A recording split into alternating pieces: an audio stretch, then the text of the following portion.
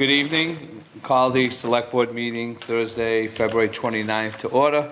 Remind folks that the meeting is being recorded, both hybrid as well as on cable TV. Please rise and face the flag.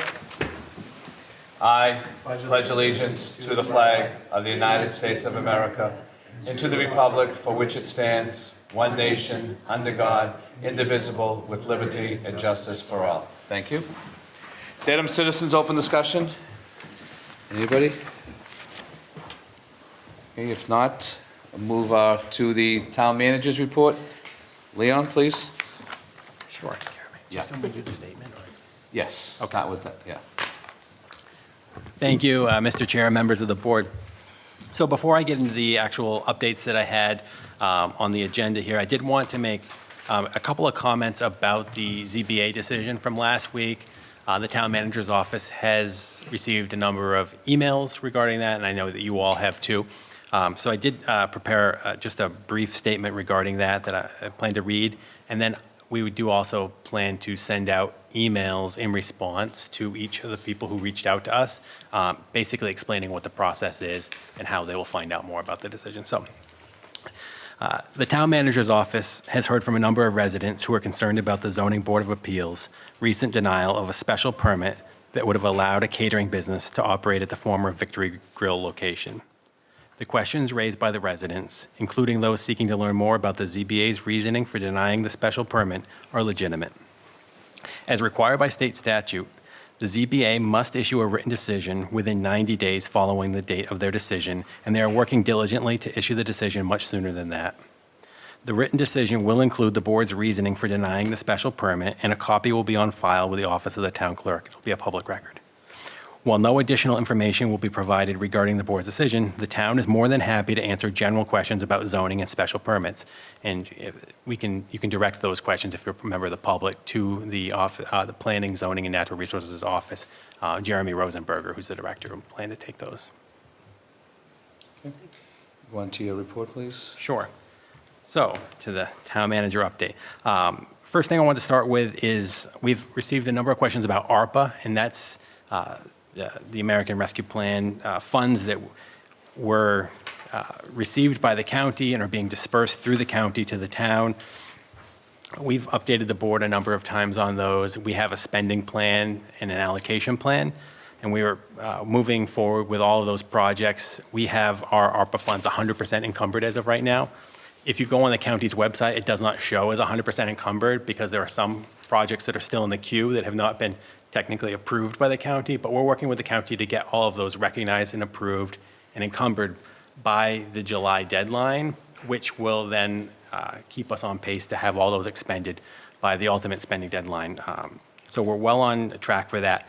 There's a report that's due on March 1st that we are working on, and we will have that submitted tomorrow, that shows where we stand with all of our applications and expenditures, and again, we're well on track there as well. There's an outside chance that after July 1, the county may determine that there's excess funds that are not being spent by the various towns, and that's the reason behind the March 1st report, is to keep track of where all the towns are on their spending. After July 1st, there may be an opportunity for towns to apply for additional funds. We don't know about that yet, but if, obviously if that opportunity becomes available, then we'll certainly involve the select board and prioritize what projects it is we want to move forward at that point in time. So I just wanted to say thank you to Cindy Glennon, who had reached out. I wasn't aware of the March 1st date or some of the other opera stuff, so I spent a little time. I contacted the county commissioner's office, and Bill Buckley came back with some information, and talking with Leon and Brady, I know that the town was on top of it, and we are submitting tomorrow. I know Cecilia Butler was in a few meetings ago and asked concerning the elevator with opera funds. I think once the allocation that Leon talks about, all our funds are accounted for, and we'll look forward to, if there's any residual funds that the county opens up for unused funds in July. So thank you. Thank you. As folks may recall, the Select Board adopted a public comment policy back in September, and the board had been asking for a training on that, and we have now worked with Town Council to schedule a training for March 21st at 7 PM in this building. We're going to try and accommodate a hybrid as well. We did get some requests from people who thought that they might not be able to make it in person, and because we're encouraging as many people to attend as possible, we're going to try and make a hybrid option available, but the logistics around that are still being worked out. So that training session has been scheduled for March 21st. It's going to outline the purpose behind that newly adopted policy, and even more importantly, it will provide tools to help officials facilitate orderly and efficient public comment during their meetings, as required by our town bylaw. And will also it'll help officials have best practices to run both public meetings and public hearings, which there is a difference between the way you can conduct those meetings. So again, we've already put out a save the date for that, but we'll be publicizing that much more as well, and hope to get as many people in attendance as possible. The Town Green Working Group has continued to meet. We've got that project out to bid. March 6th is the bid deadline on that. We've had a lot of activity, downloads of plans and et cetera from our website. So we're hoping that high amount of activity will result in a number of bids and hopefully a favorable price for the town. So I'll keep you on the loop about that, but that's very exciting that on March 6th, we do expect to know the number for the contract. Crane Street and the flooding issues down there, the DPW Director, Joe Flanagan, has continued to work with the MBTA, talk to the neighbors down there. I've talked to the neighbors down there. We're corresponding with the neighbors down there. I understand that maybe some of the Select Board members have been down there as well. Joe just let me know this week that he plans on being down there the week of March 18th with the MBTA to do some drainage clearing work, and hopefully that'll remedy some of the remaining issues down there. That's certainly a favorable outcome considering where the MBTA once was. They've certainly moved, I think, a lot in their position and shown much more action as of recent. So we're appreciative to the MBTA and especially Joe Flanagan for making that progress down there. Yeah, and also, Leon, on that, Joe and the team down there, put a retaining wall right on the end of Etna to help. I was down at one of the houses, and I mean, it really, when you look at the amount of damage that water flow is causing to those homes, it's all because of a culvert almost that Keolis made in order to deal with the track. So I mean, Joe's been doing a lot of work on it, and it's great to hear that the MBTA is going to come down and springtime is here, and the amount of damage that has been caused to some of these homes. I mean, the yards. It's really not fair to them. So thank you for continuing to follow up. Just a brief update on the warrant. As you know, the warrant closed a couple weeks ago. We sent it out to the paper. It'll be published tomorrow. We have 19 articles in total, which is a little bit actually lower than we sometimes get for the springtime. Not a bad thing though. We have, of course, the budget's in there, a few other articles. Town meeting, as you all know, is on May 20th. We have an all-day budget hearing on March 9th with the Finance and Warrant Committee. The school departments will meet with the Finance and Warrant Committee on March 12th. And then we have additional nights on March 20th, 25th, April 4th, April 8th, April 16th, and April 18th if necessary for the warrant article hearings. So a couple busy months coming up here with warrant review prior to town meeting. And I think that covers it for the town manager's report this evening. Thank you. All right, let's move on to the consent agenda, please. Is there a motion? Move to approve the consent agenda, including gift acceptance $200 from Dedham Square Circle for the Youth Commission and request for James Joyce Ramble on April 28th, 2024, including race route, one-day beer and wine license, and display of banners in Dedham Square. Is there a second? Second. Discussion? Hearing none, all those in favor? Aye. Thank you. Is Ian here? Yeah. No. Ian.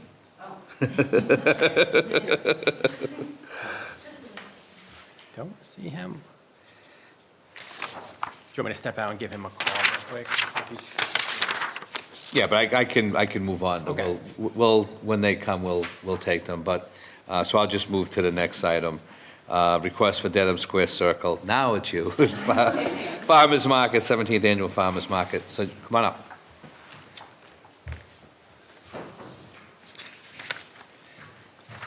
Hi, Ann Miranda, Dedham Square Circle. Hi. Hi. So Tell us a little bit about what you're looking for. I have 3 items on the agenda. The first is to extend the Dedham Winter Market. So as you know, the Winter Farmers Market is here at Town Hall. And we have heard from people who rely on their HIP benefits, which if folks don't know, when you have SNAP, which is food stamps, you also get a HIP benefit, which is an extra which are extra funds, depending on the size of your family, that you can only spend either at farms, CSAs, or farm stands. And at our markets, we always have at least one HIP vendor. In the summertime, we have up to 5.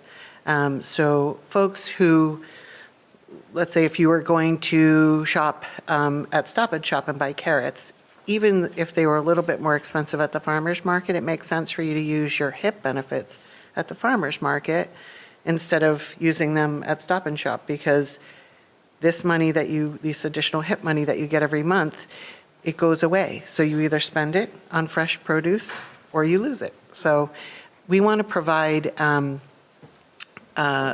basically year-round access almost for anybody who comes to our farmer's market and has HIP benefits. So we'll do a smaller version of the farmer's market outside in front of Town Hall. And we have HIP, at least always one HIP vendor.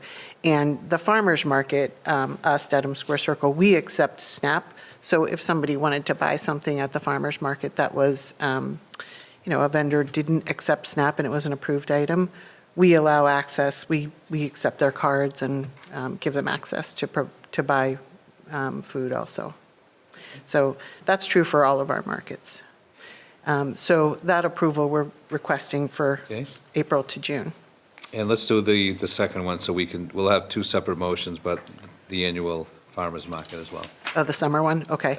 So Dedham Square Circle is also requesting approval for an outdoor market for the regular farmers market, summer market, which runs from June through October on the First Church Green. Great. Thank you. Any questions on either one of them? Josh? I just wanted to thank you, and thank you to you and anybody else who did whatever research necessary, understanding about these HIP benefits to make sure that there's no gap in our community. And I'm really happy to see that we can be proactive about making sure that we can provide food and other resources for people in need, and I think that's really important. So I appreciate Thanks. whatever research that went into this to see this gap and make sure that we can close it. So. Thanks. We also have a promotion. We are working we worked with the town to help educate folks in public housing about their HIP benefits, because that's one of the downfalls of the program, is that even though people have the benefit, they don't know that they have it. So Okay. we're working hard on that. Thank you. Anybody else, any questions?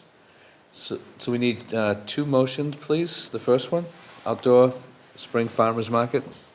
Move to approve a request for the Dedham Square Circle to hold an outdoor spring farmers market at Town Hall front parking lot, 4/6/24 through 6/8/24, excluding 4/14/24. Permission for a banner at Keystone Lot fence from 3/15/24 through 6/8/24, various yard sign locations, and live music. Is there a second? Second. Discussion? Hearing none, all those in favor? Aye. Opposed? Thank you. Just one question. Do we mean to exclude April 13th and not April 14th?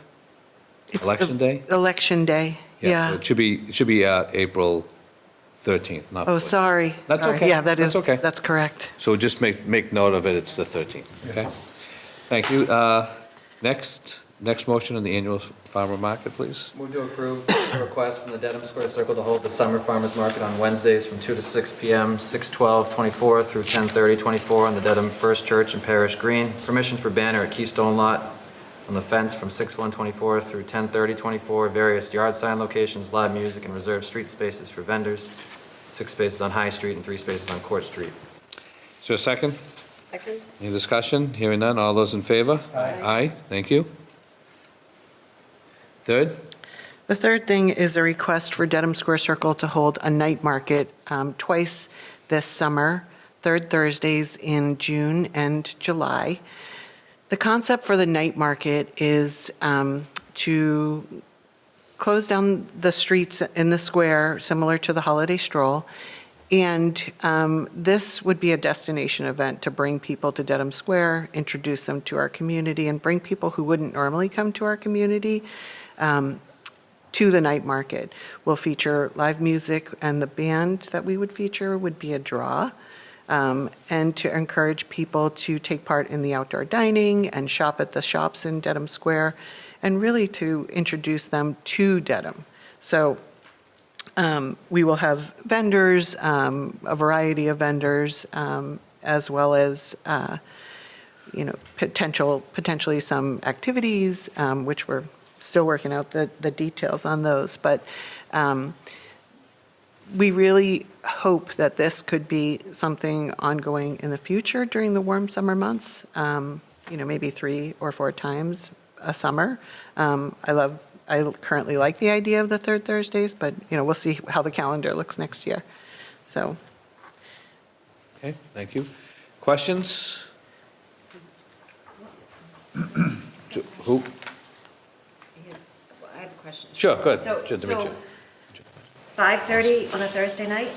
yes, so we would close the street at 5:30.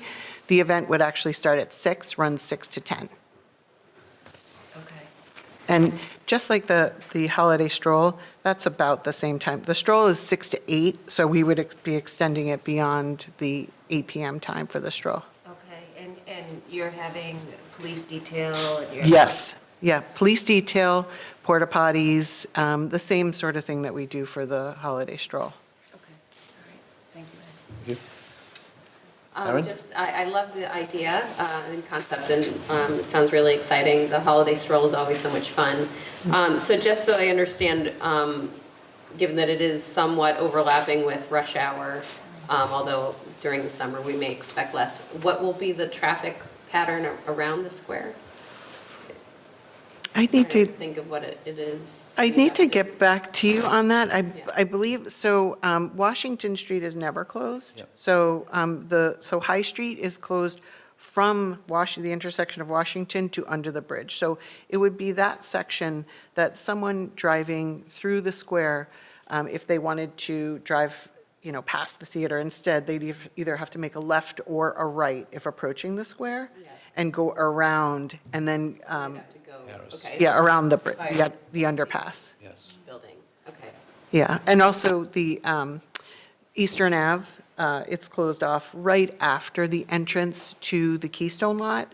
So you could go in and enter and come out of the Keystone Lot. It would just really prevent traffic from driving down High Street. Okay, great. And I would just request from the town that we provide advance notice for those closures for individuals commuting or who have, transporting to activities or those types of activities in advance, and that the signage be adequate and clear, that people are going to have some kind of traffic delays for those 2 nights. And when you say signage, Joe, do you, Yeah, Message boards. DPW, Message message boards. boards, yeah. okay. Yeah. Amanda will make sure we get that up as well. Great, but yeah, I'm excited, sounds great. Thank you. Can I add one more thing? Demetria, sure. Just in that same, by Needham Bank, possibly having a detail there, because that becomes very clogged, that intersection normally. Okay. Might be a suggestion of speaking with the chief about Harris. placement. Okay. I Okay. will definitely talk to the Josh? chief. Yeah, I love this idea. I've talked with a number of people over the years about how great it is when squares, spaces like this can be free of cars. Every year I love going to the holiday stroll for a lot of reasons, but one of them is because it's so stress-free when you have your kids with you. You don't have to worry about the traffic. And I know in Norwood they have a space that they frequently block off, and it's just a really nice experience. I think of Church Street in Burlington as another place that is always free of cars, and it feels very different when you're in those spaces. I think it's tremendously important that we are presenting ourselves as being as friendly to businesses as possible, and so I really value the fact that that we'll be advertising and trying to bring people into Dedham to advertise our small businesses, which I think is crucial. And I think it's a huge community building opportunity. I know I'm saying that there's going to be people coming from outside Dedham, but of course, this will be a destination for people within Dedham too to come together, as the holiday stroll has always offered that opportunity. And so I think it's a wonderful idea. Thank you. Thanks. Thank you. Anybody else? Great idea. Thank you. Just one suggestion on the porta potties after the event, that locks get put on them. Thank you.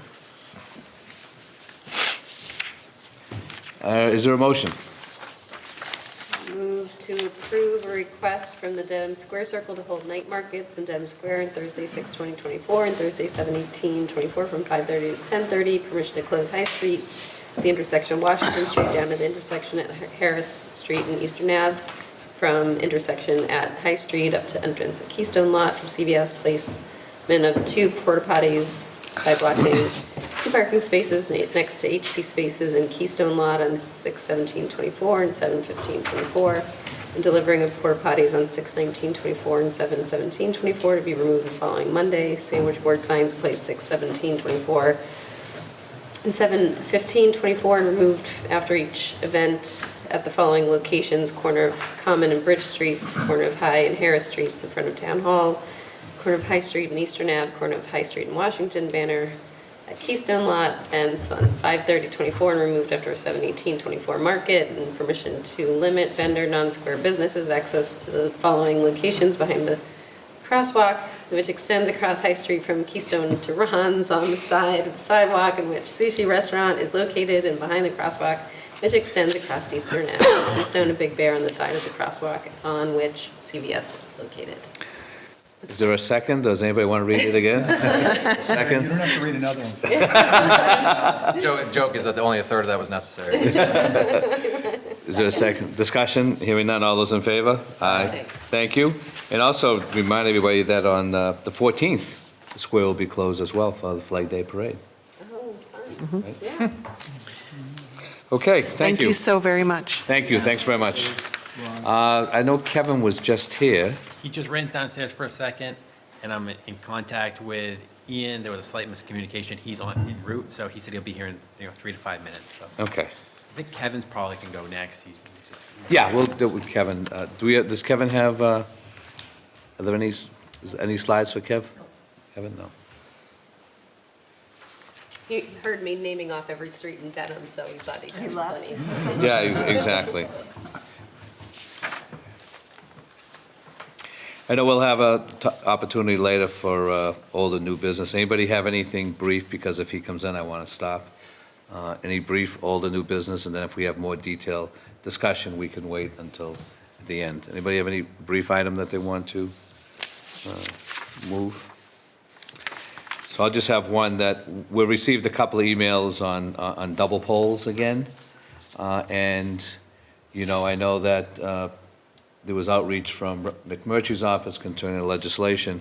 But can we schedule sometime in the spring, which is not too far away, to invite the utilities in once again, as been suggested, their operation people, so that we can have that discussion of, once again, of our favorite double poles, and give them enough notice so that we can get a status update on that. If it could be in person? Oh, yeah, absolutely, yeah, absolutely. Not- They have to be here. Thank you. Thanks. Can I, since we're on Sure. the topic, so as driving around, I've been seeing a lot of work on poles, and I haven't been able to stop and see exactly what they're doing. Are they adding more double poles at this point? Because my hopeful self, my optimistic self is like, oh, they're addressing the double poles, they're working on them. No. They're adding more? Adding, and then they have to, so the issue with, for some reason, they're replacing a pole, but the struggle comes when they try to move the stuff over, that they're not taking down the second pole. So that's sort of the issue that we want to further discuss. I know, for instance, the only time I saw this really escalated was the state project on Bridge Street. We had double poles the entire length when they were doing the reconstruction. And by the time the project was done, there were no more double poles. They were all done. So, anyway, that's, we'll have them come in, okay? Ian, we'll take you up. How are you? I'm doing well, thanks. You can have a seat. So next item on the agenda that Dennis is going to take is discussion and vote authorization for the superintendent to submit an SOI to MSBA replacement, the Dedham High School section. So Dennis will run this. I will recuse myself from any discussion of an MSBA issue. Go ahead, Dan. Thank you, Mr. Chairman. Welcome, Ian. How are you? Thank you, Dr. Sheehan. Very well, thank you. Good. Do you have a late slip? I did not get it downstairs. I'll make sure I get it and I'll bring it write him a, back. Wow, that was my fault. That was, yeah. That's good. It's coming next year. No.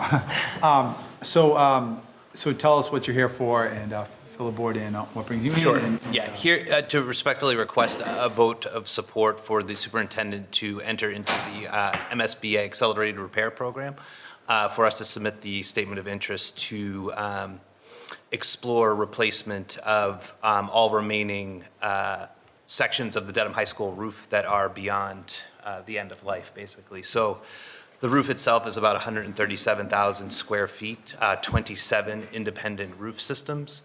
Approximately 30,000 of those square feet are not eligible for repair. They don't meet the age requirement. And we have, as you know, we had about $1 million appropriated to repair the most, I would say, the section of the roof that is in the greatest state of disrepair over one of the gymnasiums. So this project, we would be seeking MSBA's help in terms of, exploring the potential to repair or replace the remainder of the roof.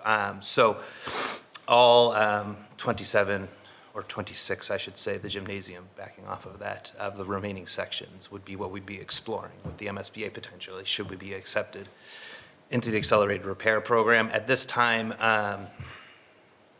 about 24% of the roof itself is compromised in terms of water infiltration. Basically, the insulation under the roof is acting like a sponge, and it's holding water. So there are steel structural elements under there that we're concerned about in terms of as the roof ages further, what's happening to the steel infrastructure underneath. There are certainly concerns in the long run around mold and, all kinds of air quality issues associated with water just sitting, and we really can't see what's going on. So we think it's important to pursue and seek support from the state this is a major, as you know, the roof replacement is huge. So this is simply stating to the MSBA that we're interested, and the vote, if you so choose, would be just to authorize the superintendent, like I said, to express interest and move us into that process. Wonderful. Any questions from board members? Mr. Donati? How you doing, Dr. Kelly? Good to see you. Very well. Good to see you. And thanks for coming. Couple questions. Accelerated repair program, what is the reimbursement difference compared to their core program? I don't know offhand. I'd have to get back to It's you. not 100% though, right? Definitely not. Okay. No. So there would be obligation if we are accepted and we choose to proceed as a town. Then certainly there would be costs associated with that repair or replacement. Okay, great. And I wanted to say thank you for, I know this is something that was brought up and the program had been paused for a while. Correct. But they just opened it back up, so I appreciate, I think it was the first day it was opened back up. It was, you guys submitted some sort of interest, right? Correct. Which is Yes. great. I forgot my second question. Can I, maybe I? Yeah, might have come back to you later. Yeah, thank you, appreciate it. Anyone else? Demetria or Aaron? Just questions around the water that is under there right now. How long has that been holding water for? We don't know, honestly. I don't have the date offhand, I can get it for you. We conducted a drone infrared scan of the entirety of the roof. So we know via the scan where water has penetrated and, basically act like a sponge underneath of the roof membrane itself. But we don't know for how long it has been penetrated. I'm relatively new to this position, and Facilities Director Hafner is also new. So we just don't know, which is also part of what's concerning, in terms of the steel infrastructure underneath. That would quickly escalate cost and time, to do the project, et cetera, so. And has it been assessed already that mold isn't accumulating there, or that's an unknown?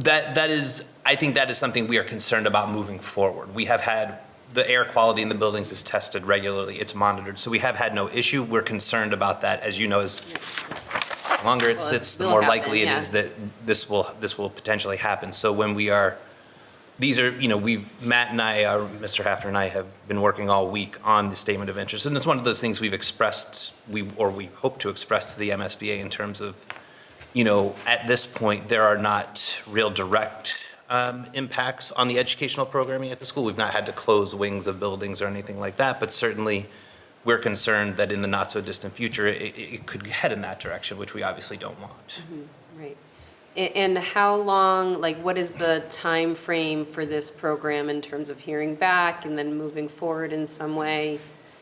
This is very new to me, so I would be happy to come back to the board. I don't know that right off the top of my head at this time, but I would certainly be more than happy to come back to the board with that information. Okay.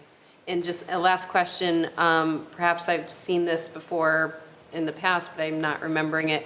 Is there a whole facility repair plan? Do we know, what the extent of repair work is needed on the structure, and what kind of costs might need to go into repairing a building that has substantial issues? I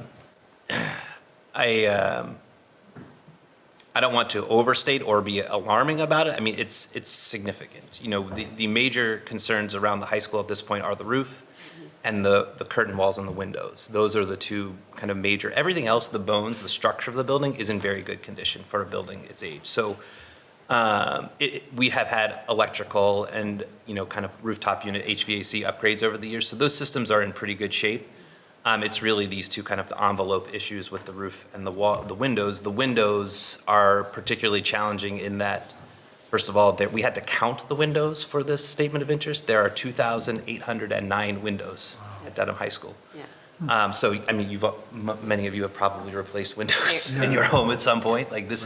It's wildly expensive just for the windows, but the other issue is that at the time this building was constructed, these windows are tied into the HVAC system, and all of the maroon panels out front are asbestos. So there's major asbestos remediation and a pretty significant overhaul of the HVAC system that will need to take place when the windows are done. So that's tens of millions. But that's not immediately the concern, the roof. So we're looking at $1 million roughly for that one section of the gymnasium. So you can run out the math. We're looking at a project that's, pushing up into the $10, $12 million potential range. I don't have an exact quote, but that's what we're anticipating. Thank you. Sure, my pleasure. All set, Erin? Yes, thanks. Demetria? Yes, so my colleague basically asked the questions that I was going to ask, but I'm going to go a little bit further. So years ago, when I guess MSBA or SAE came in and ranked all of our schools, the high school was always in the best condition. Correct. Apparently, that's not the case any longer. So I'm just going to put it out there. Is there thought of looking at the high school, right? Where do we stand with that building if it's going to cost millions and millions of dollars to fix these windows, which I believe are also structural to the high school as well? You don't have to answer that question, but I think it needs to go out there as a question being asked. Yeah. So the facilities director, we have a new facilities director. I know that you're new in the position. My question is, how does this happen? That, it happened with the field, all of a sudden it came and we're never going to be able to play on it again, and now the roof is in dire shape. So I'm not quite sure how the structure of responsibility is managing who, but I think it really needs to be looked at in those answers. We can't always have emergencies. You know, I've got a roof at my work that's starting to drip, and guess what? When it falls in, don't look at me and say, geez, I don't know how that happened, right? So I think we need to really get on some sort of looking at all our buildings, but I would really like to know the answer about the high school. At some point, the high school being the best condition, not so much now, and what that means to us. Other than that, thank you for coming in. My pleasure, thank you. Sir, I would just add to your comments. One of the things, and I believe, Leon, you may have had conversations with Matt about this issue, the ability to plan thoughtfully and in a long-term manner for capital repair and improvement of all of the facilities in town. We have had conversations at length with Matt, or I have, I won't speak for Leon, but about conducting a comprehensive assessment of all of the facilities so that we can, you know, kind of be thinking about what is in 5 to 10 years. We have been hit with a lot of surprises on the school side recently, and we don't want to be in that position, and we certainly want to be able to present to our boards and to the town and to the taxpayer a thoughtful and really predictable, you know, future for those repairs. In terms of the high school, I mean, one of the challenges in terms of the replacement or the potential replacement of the high school is that the interior of the facilities is actually in very good condition. And I think that MSBA rating, the 4, 3, 2, and 1, I mean, I can't speak for the MSBA, but I would imagine that would still hold relative to the condition of some of our other facilities and other facilities within the state. And then the second, you know, issue is that that's a 300 and I believe 30,000 square foot facility, and if we were to enter into some kind of replacement, we'd be looking at something around half that size, given the utilization, you know, that we have right now with about 730 students. So I know that the high school, you know, it serves the community in a lot of different capacities, you know, so I think that's also part of the challenge is, you know, maintaining the service to the community that it currently provides in a space that is potentially half the size. So it's complicated, but I appreciate your comments and I agree. Thank you. Thank you, Dimitri. Josh? Yeah, so I was going to actually mention the one rating, and I was curious, but I'm sure you don't have the answer to this, if that will be used against us in terms of being approved into this program, if they've recently rated us a 1 for that building. But I know you don't have the answer to that, but Thank you. a concern I have at least. When was the last time the roof was replaced in the high school? It was built in the 70s. Well, there was the original 59 construction, there was, I believe, a 67 edition and then a 76 edition. Right, 50, sorry, 7 years old. Yeah, so, you know, I don't want to say assumption, many of those roofing systems are original. Some of them have been repaired or replaced over time, but I would say they're anywhere in the, you know, 10 to original 60-year-old. I mean, again, you're not a facilities person. My understanding is roofs are 20, 30-year life frames. Maybe it's different for... No, for a flat roof, you're looking at about 30 years. 30 years. So I don't want to put too much blame on the school system for having these things come up when we're talking about possibly a 70-year-old roof. Well, and I think that is exactly why the superintendent and Matt and I are pursuing this, because it is an opportunity to deal with some pretty significant issues and do it in a way that is financially responsible to the town, you know, by seeking support through the state. And in your conversations with Matt Hafner, the roofs at Oakdale, Riverdale, and Green Lodge are in okay shape? The roofs at, I believe, Green Lodge, one section of the roof at Green Lodge and one section of the roof at Riverdale are tied up in that $1 million replacement of the gymnasium roof at the high school. So there are sections of those roofs that do need attention, and they'll be getting it through that project. Great. Thank you. All set, Josh? All set, thank you. Anyone else? Just, if I may, Mr. Chair or temporary chair, Vice Chair, to expound a little bit on what Dr. Kelly said about the assessment and to answer that question, part of Matt Hafner, our new facility director's budget request through the capital this year was to do a town-wide building condition assessment. and to much more comprehensive. There was one done, I believe it was in 2017, but it was very high level and didn't actually look at the buildings. It was more of a sort of a paper-based review of the buildings. So this one would be go out in the field, look at the buildings, get an assessment of all their needs, and then help us plan out over the next 10, 15, 20 years, all of those improvements so that we can be more planful about that.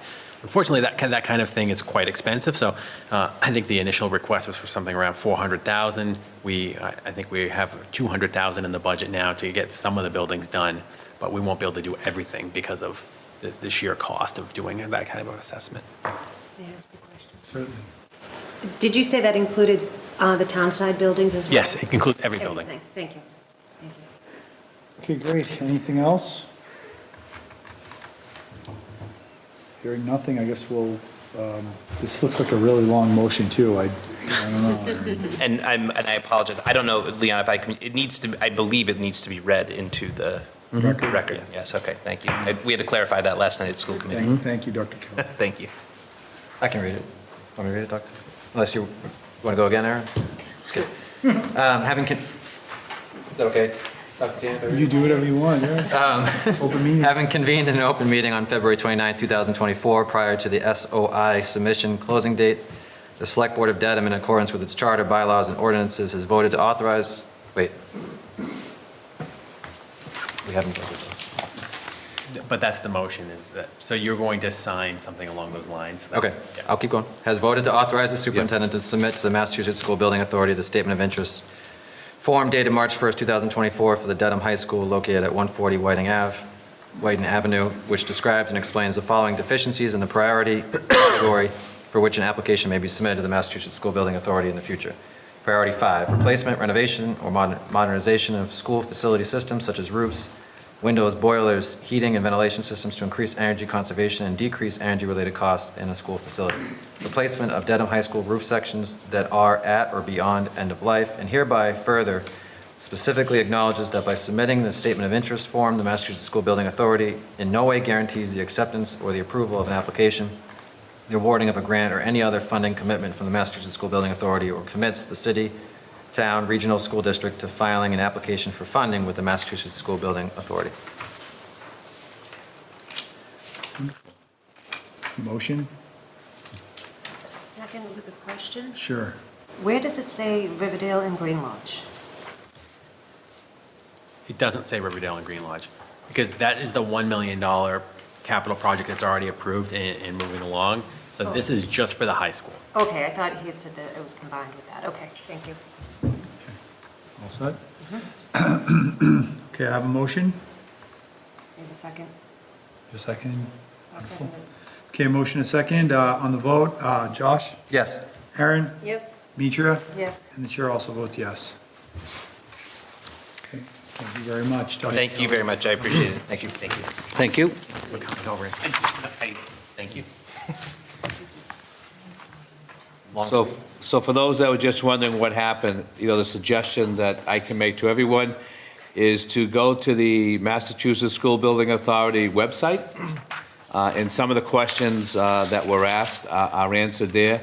And if you click on the 2024 Statement of Interest Submittal Period, when you get to that website, when you look at the top, you will see another click here, and that takes you to a memo from the end of '23 that sort of explains what the town of Dedham is going to be doing. So with that, I'm going to move on to discussion with Director of Assessing, Kevin Doyle, on pilots. Kevin, welcome, thank you. Thanks for having me. Kevin Doyle, Director of Assessment. This is a kind of a good segue for me to lead into following that discussion. Reason I'm here is to further discuss pilot agreements in the town of Dedham. For those of you at home that don't know what a pilot agreement stands for, payment in lieu of taxes. Towns enter into pilot agreements with organizations and institutions that are exempt from taxes, such as schools, churches, charitable organizations, and what have you. Before I kind of dive into pilot agreements, I'm just kind of give a little overview. I know you guys understand the budget, but more for the people at home. We're in fiscal year '24. The town budget for fiscal '24 was $149 million. And that's the cost to run and operate the town, and that's all the services and high demand of level services that we provide. That's to run the schools, police, fire, trash, recycling, sewers, roads, town programs, you name it. So again, that cost is $149 million this past year for the town of Dedham. From there, we bring in local receipts and other town revenues. For fiscal '24, we brought in $39 million. That can come from fees, permits, licensings, grants, state aid, pilot agreements. So that $39 million gets deducted from that $149 million. That left us with just roughly about $110 million left, and that's what's called the tax levy. So that gets paid through property taxes, and that's real estate and personal property. So, that's, if you take $110 million out of the $149 million, that's about 74% of the town budget comes from the tax levy. Reason I bring that up, that's pretty high, a little bit higher than the normal when you look in comparison to Norfolk County and some of our comparable towns. The average in Norfolk County is closer to about 65%. So what does that tell you? One, we got to continue to look at our budget, watch our spending, make sure we're being fiscally responsive, look into our budget, make sure we're doing, level service budgets. Again, watch the spending, take a look at tighten the belts and stuff like that. But it also needs to look at what revenues we're bringing in from the town. What other resources do we have? Let's talk to some of the other communities around us, see what they're doing that are bringing in, a larger portion of revenues to help lower the property tax levy. Let's take a look to see what they're doing and just kind of see what other revenue sources, see what we're doing well and see what we can improve on. And, maybe we'll come across and stumble some other resources to help lower the property tax revenue by having these discussions with other towns. A little bit of background on the town of Dedham. As you guys know, the town is made up of about 10,000 properties. About 600 of those parcels are exempt from property taxes. That leaves us about 9,400 properties in town. The town is made up of, it's comprised in value of about 83% on residential value. And the reason I bring that up is because there's a large misconception of how much commercial and industrial properties there are in town. So the remaining 17% is made up of the CIP, which is commercial, industrial, and personal property. So a lot of people, that big misconception is, they think we have a larger base than we currently do. We have a good base for commercial property. But people drive down from Westwood to West Roxbury, down Route 1, you look left, you look right, you see commercial property. So the misconception is that we have much more than we do, but it's all right there, it's all visible. The industrial properties, we really don't have any. You look at Norwood, Walpole, Canton, Needham, they all have these large industrial parks that are in like these pocket neighborhoods that generate a large revenue source from the town that doesn't, impact the residents. And so in Dedham, our values for industrial is about 56 million. In comparison to the average in Norfolk County, it's in excess of 200 million. So, we're not getting the tax basis from the industrial that some of our local communities have. It hurts. I mean, when you drive down out of the 10,000 parcels, the 9,400 that are taxable, less than 300 are commercial. Less than 60 are industrial. There's about, I think, 780 are personal property. So that's kind of the basic makeup of Dedham. Of those 600 parcels that are exempt from the town, that includes town-owned property, state-owned properties, charitable organizations, churches, schools. We have a significant portion in Dedham when comparable to other communities. Again, there's not a lot we can do. It's just the genetic makeup that we have of this town. But I'd just like to kind of bring it about and why my discussion to bring about pilot agreements. These pilot agreements, we provide services to these institutions that are tax exempt, and it comes at the cost of the taxpayers, of residential and commercial taxpayers. It's the police, the fire, medical services that we provide to these institutions, and it comes, without any pilot agreements, it comes at the taxpayer's cost. Dedham's a small town. We have about a population of 25,000, about 10 square miles. Not a big area, but we have large institutions like Northeastern, MIT, Nobles, Ursuline, Dedham Country Day, the Rashi School, the HRCA Hospital, Dedham Community House. These institutions, the large institutions that make up a large portion of town, and being tax exempt, if they were taxable, it's in excess of $420 million. How does that translate into taxable dollars? It's in excess of $5 million. So if they were taxable, it'd be an additional $5 million that would be brought in as revenue from the town. Obviously, they're not, they're tax exempt, but I just kind of like to point it out. If we look into entering into pilot agreements, it's additional revenue that we can bring in. At $5 million, even if they contribute and enter into agreement at 10%, that's $500,000 of additional revenue that can be brought into the town. 15%, $750,000.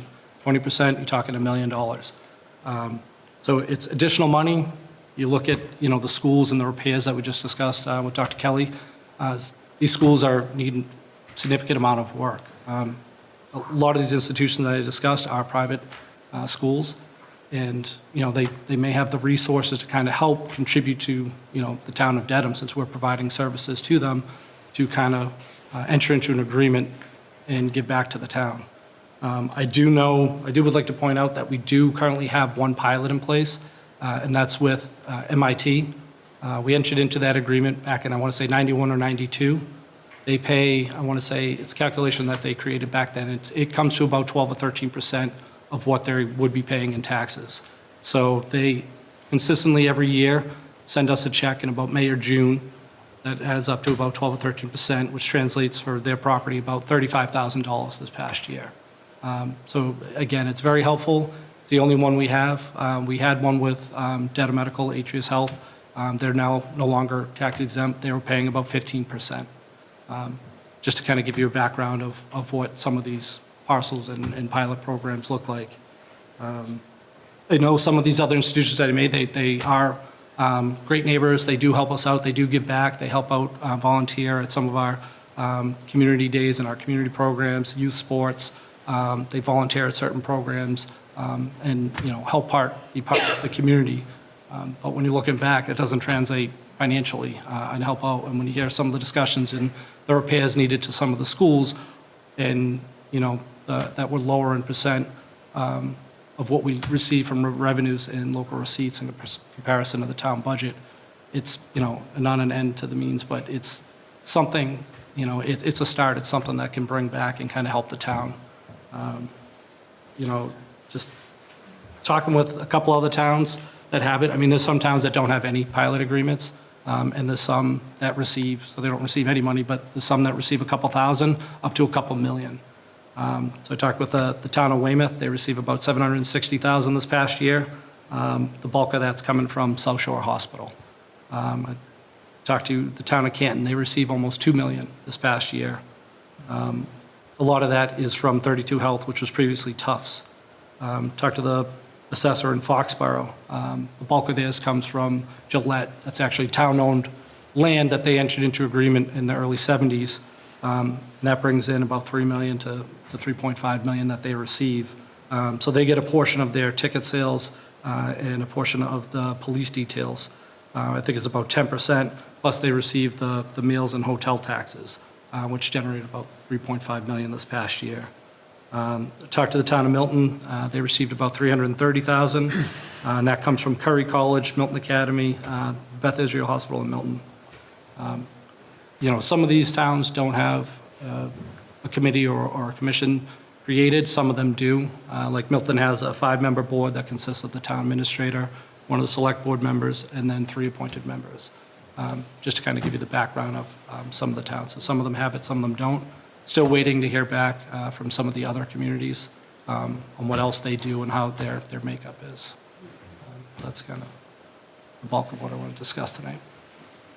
So thanks, Kevin. That was a lot. And I also want to thank Sue Carney. Sue came up. We had a discussion a couple of months ago concerning pilots. And Sue had mentioned it, as well as Josh and others have talked about how we can how can we develop a pilot? And I think the information you just laid out is sort of helpful in understanding, but also, you know, when we're listening to what other towns are getting, it's sort of how do we implement that? But we've chatted before, so I'm going to open it up to the board, you know, for anybody has any questions for Kevin, anything that we need to come back with, and then sort of a goal of, you know, maybe at a future meeting, how do we form a committee similar to what Milton has in order to pursue? So I'll start to the right.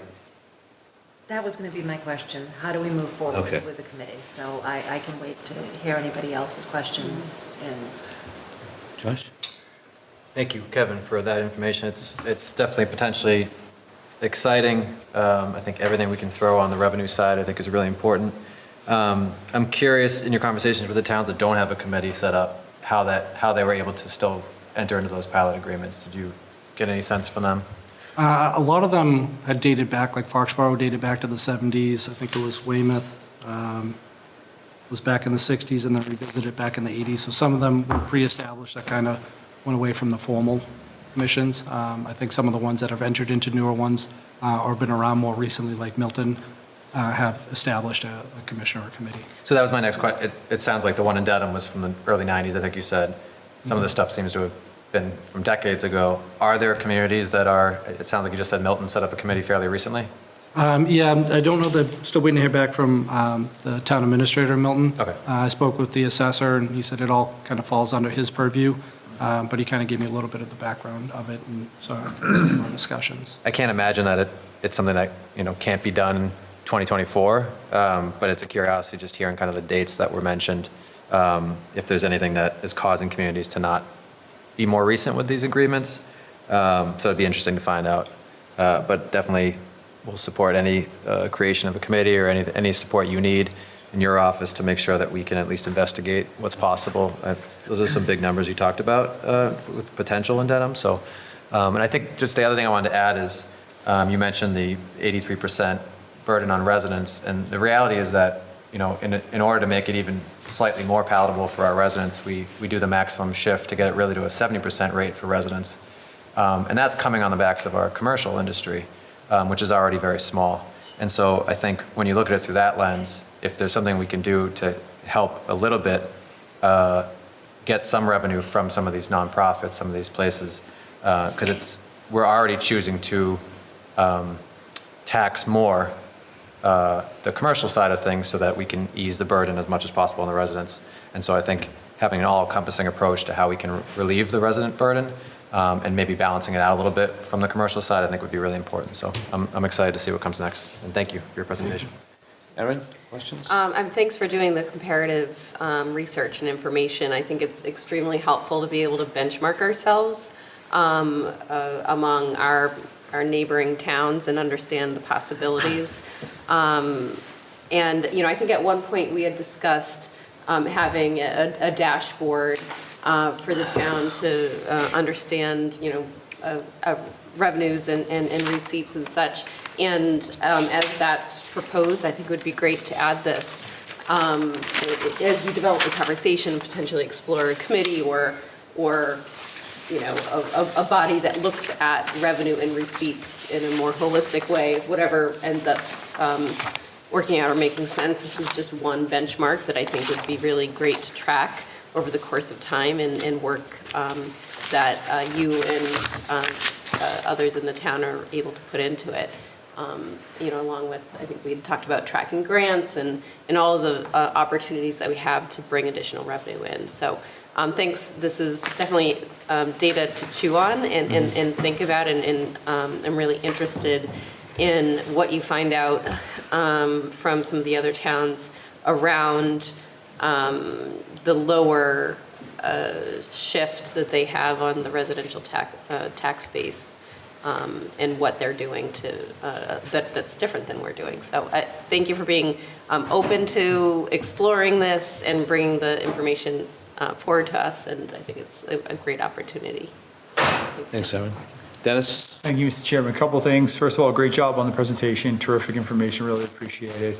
Could you just say how much we get right now from that one agreement again? Yeah, it's just shy of 35,000. 35,000 a year, and that's with who again? I'm sorry, I missed that. MIT? MIT, okay, great.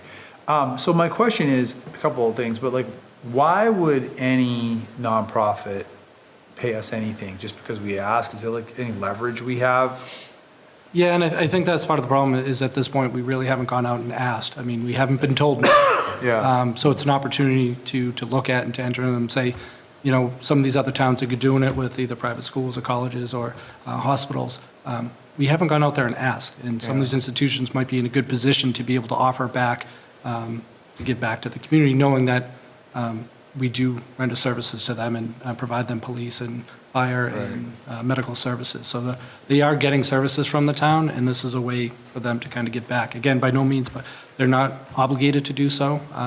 But to me, it's worth asking. We haven't asked, so we haven't been receiving it. I think one of the tasks of the committee would be to look at what a fair number to ask is, and I think that it would be great to come to a number and say, this is what we're asking of everyone, you know, and just say whatever it is, 10% or whatever it is, and say it is. I mean, I think it is important to remember, I mean, these are nonprofit, you know, or I mean, I know you know that, schools and community organizations and nursing homes, so there is a reason they're tax exempt.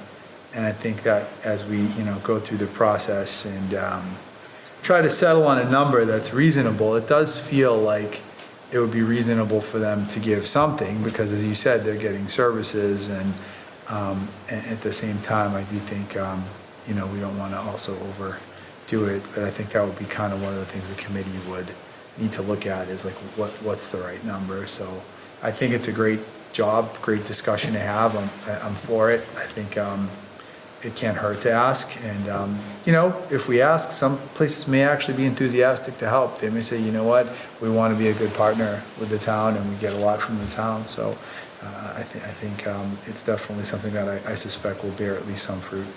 Thank you, Mr. Chairman. Thanks, Dennis. Demetria? No, every question was asked and answered. The report was very thorough, and my whole thing is, how do we get moving on it?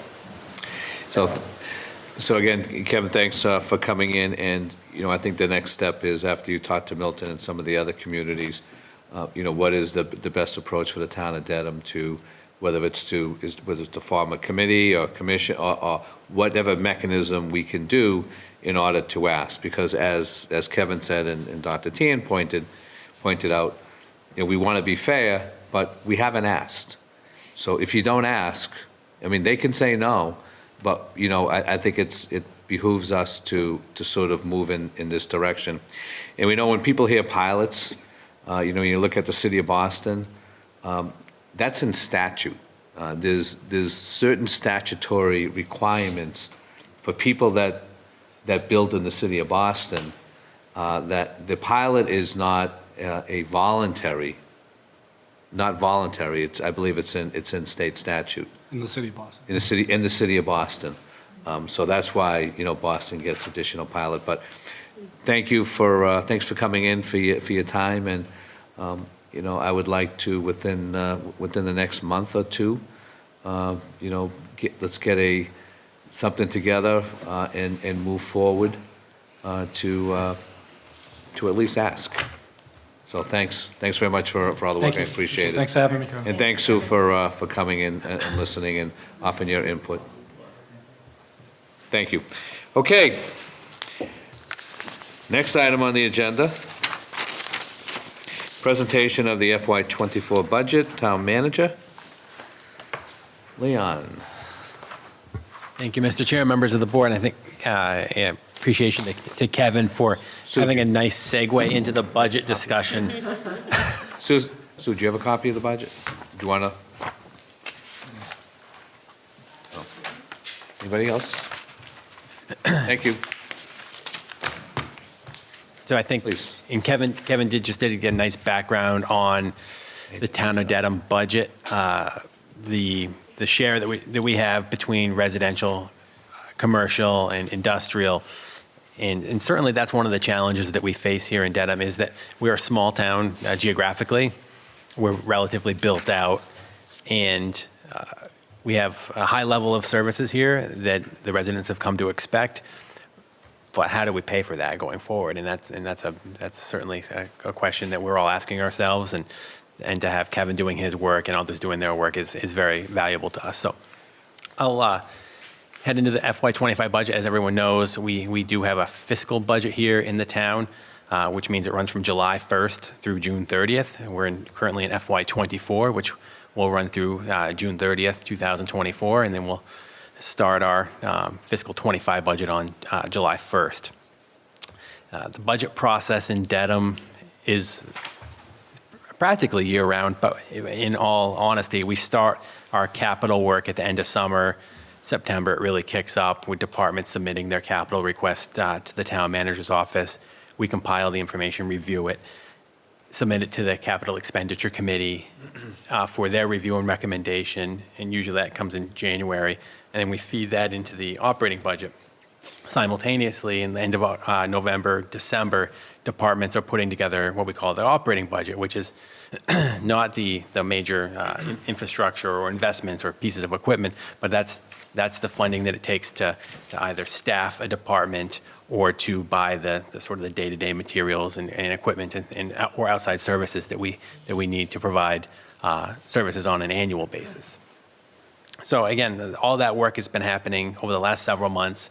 And we have a wonderful team of department heads who did that work. Our finance team, I want to give a special shout out to Brady, who's here this evening, sitting over there, has been really instrumental in pulling all this information together. Amanda Smith for Director of Communications for putting it together in a comprehensive, readable way. We have Rana Dorfer, who does our procurement and grants, and she was very helpful in the capital portion of this. And then, of course, John Arnett, who's not here this evening because he's taking a very much-deserved vacation, but he is our finance director and pulls all of this together. So, again, we have a great team of individuals who help us with our budget. So it's always nice to come up with priorities when we're looking at budgeting, because what is it we want to fund and how do we get there?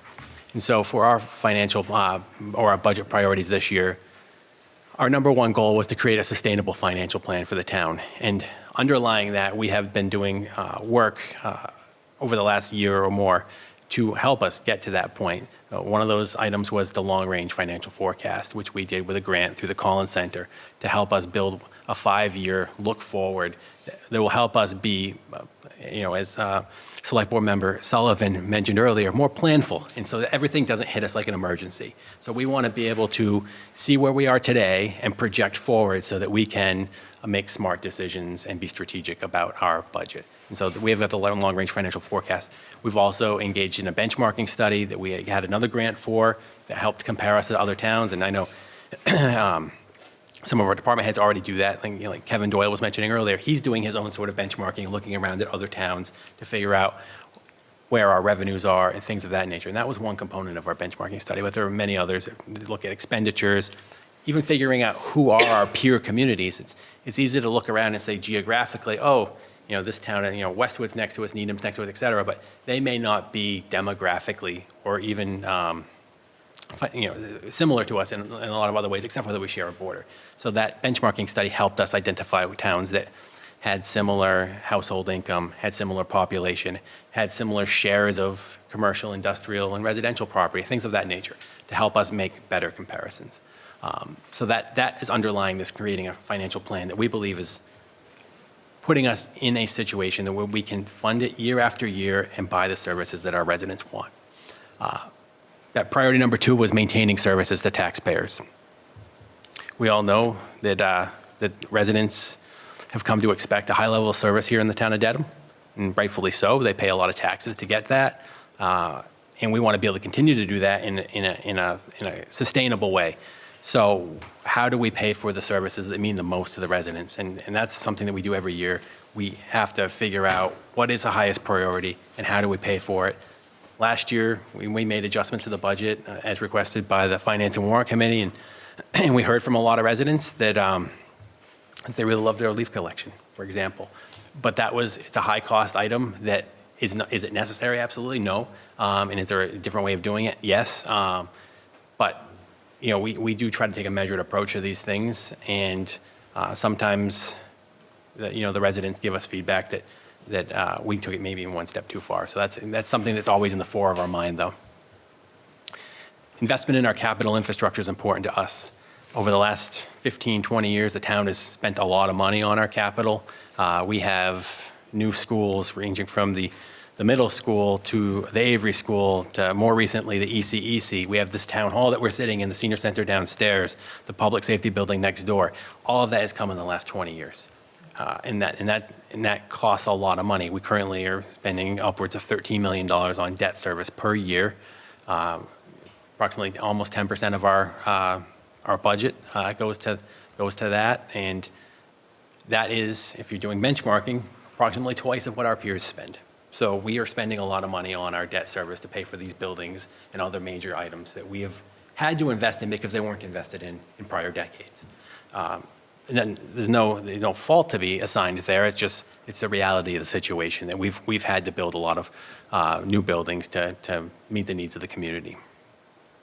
Investing in that capital infrastructure also includes maintaining what we've built. So you'll see some requests in our facilities budgets that go toward funding repairs and maintenance and things like that, because once you build something, that doesn't mean that's the end of the cost. You have to then invest dollars into keeping those buildings or putting roofs on them or whatnot.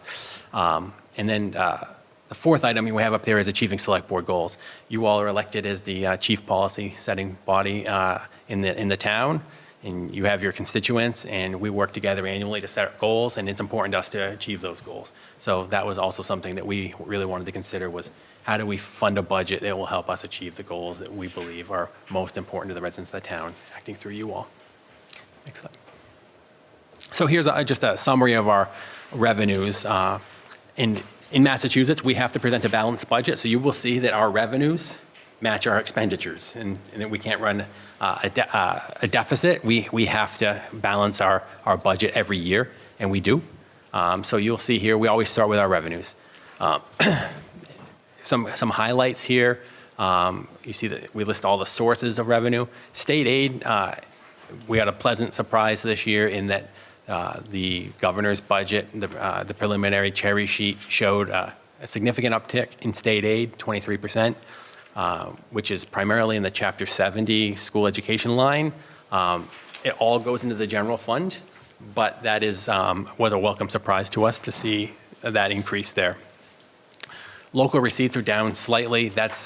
We're basically just truing it up to what we think what the actuals will be for FY24 in the prior year. You see FY23 approved there, that 8.2. We actually came in about, I think it was 600 and some odd thousand below that, so more in the 7.6 range. So we're trying to be a little bit more conservative there so that we don't get over our skis, if you will. Free cash, we have a policy to use free cash for one-time expenses. We try to minimize the use of free cash except where we think it's absolutely in the best interest of the town. We're using a little bit more free cash this year than I honestly would like, but it is all within best practices, one-time type costs, but we are seeing a little bit of an uptick in that just to try and reduce the burden we're putting on our taxpayers. Major capital stabilization debt service, that's the Robin Reyes Fund, so we're projecting about $1.8 million in revenue there that will go toward the approximate $6 million in debt service that we're paying on the ECEC Town Hall and Public Safety Building. And then skipping down to the bottom, you have tax levy. And so as Kevin so explained, you have if you have all of expenditures and then you take out all these other sources of revenue and you deduct that, the rest that's left over is what we call our tax levy, which is the total amount of money that we ask our taxpayers here in town to pay. There is what's known as the tax levy cap, which is a formula. We are below the tax levy cap, but we are approaching the ceiling of that, and I'll explain a little bit more about that later. So our tax levy, we're projecting at $116,498,445 for FY25, which would be about a 6.2% increase over FY24. Next slide, please, Doreen. So just to detail a little bit of the Chapter 70 increase, this chart, I guess it's a little bit small up there on the screen, but we wanted to just show proposed expenditures from public schools as well as the Chapter 70. So you see education aid, otherwise, or Chapter 70, otherwise known as education aid. You can see some FY23, FY24 numbers up there, 6.7, 6.9, and then it jumps up to 9.7 million this year. And that's based on a somewhat complicated formula from the state.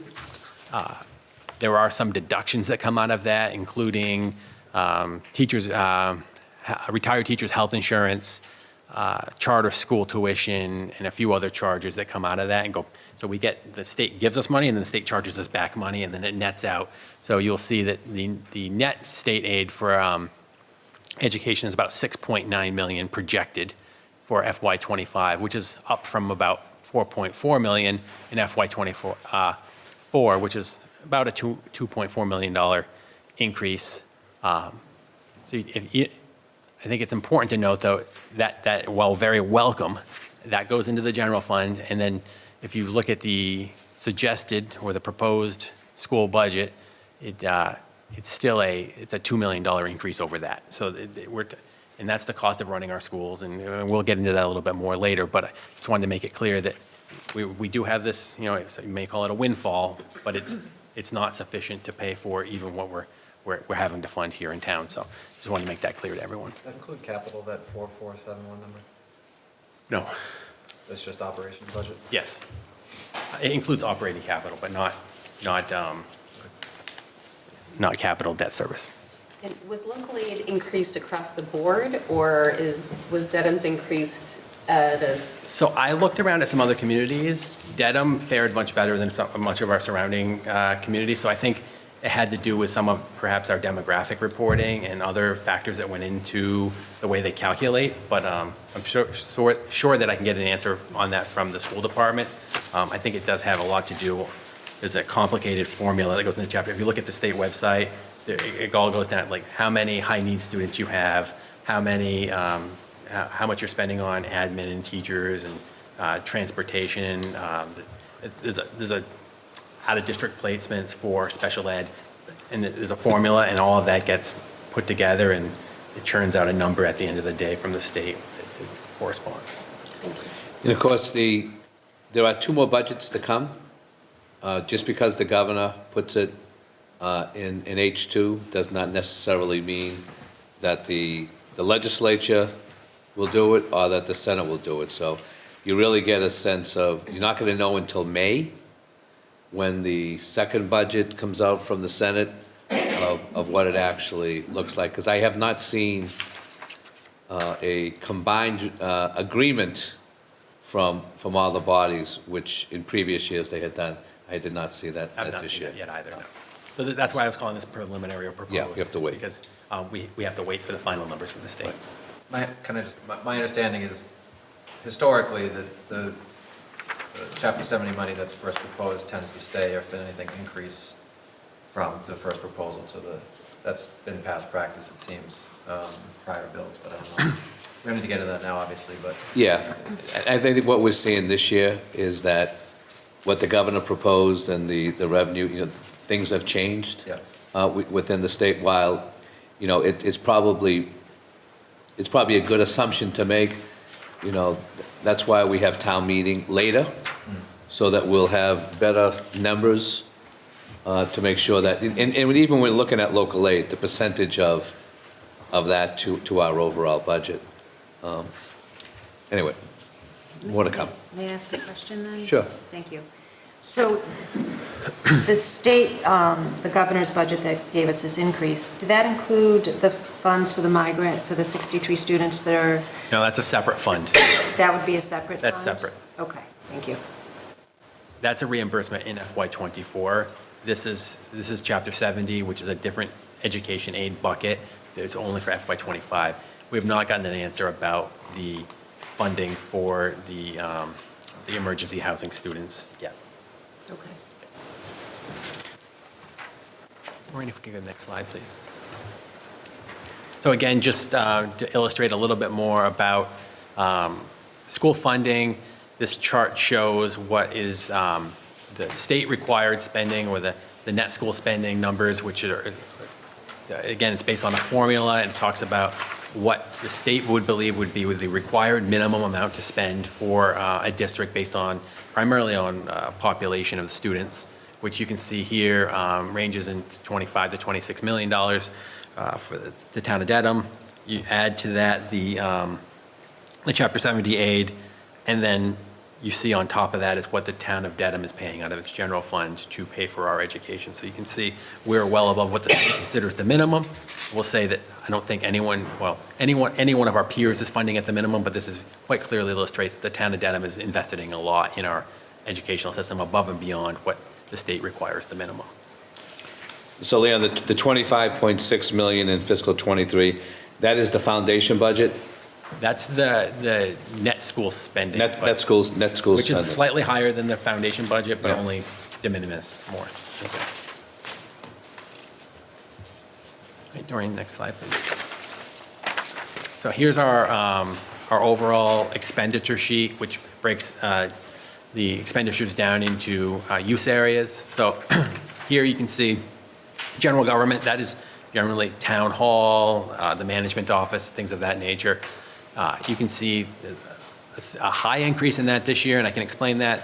That is primarily due to what we call salary reserve that's going into the town manager's budget, and that's because we have 8 contracts this year that we're negotiating, and because we don't know what the COLAs are going to be for many of those other line items there that would normally get sprinkled throughout the budget, it's all being carried in the town manager's budget to try and settle those contracts for FY25. So you see an increase there, where that would normally be spread throughout the budget a little bit more evenly.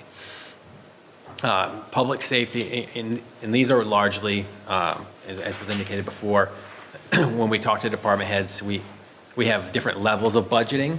We ask for level service, which is not level fund, which would be give them the same amount of money next year as they got this year, but level service in how much does it cost next year to provide the same level of service that you were providing this year. And so that would include inflationary increases and things of that nature. So most of the budgets you're seeing up here are what we would call level service budgets because they're not adding anything. We also have departments submit what they call new initiatives, which may include new positions and things of that nature. Just because of the position we found ourselves in this year, there are very few new initiatives included in this year's budget. This is pretty much a level service budget for FY25.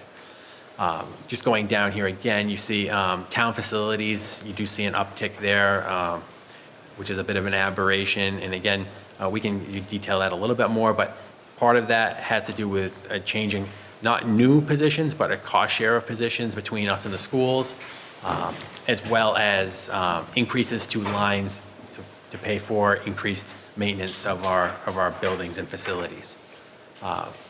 One of the lines is outside professional services increased, and that's to allow us to better estimate costs for projects, because that's a problem that we struggled with for the last several years. Is there a problem? The slides aren't advancing on the Zoom for some reason. You know what? On the Zoom, it's still stuck on the cover page for some reason. Oh, okay, all right. We have this problem occasionally with Zoom. Okay. Do we know how to make the slides advance on Zoom, Brady? The unshare, reshare usually works. I think Doreen just did that. But it's still going over on cable, although. It's working on cable, but it won't be working at the Zoom. At the Zoom, demo. okay. Can I ask a question if we're going to wait? Sure. When you said cost share with the schools, what Yeah. positions? So that is the school previously had a custodial supervisor position that was reclassified by the school department as a deputy director of facilities. And so we're proposing to fund that at 50%, and the schools will fund that at 50%. And the other position that we are proposing to share with the schools is the energy manager position that they have. It was formerly an HVAC position that was, again, reclassified, so it's not an additional position, but it's a new title essentially, and we're proposing to fund that at 50% as well between the towns and the school, to better reflect the fact that it is a shared position between the two sides.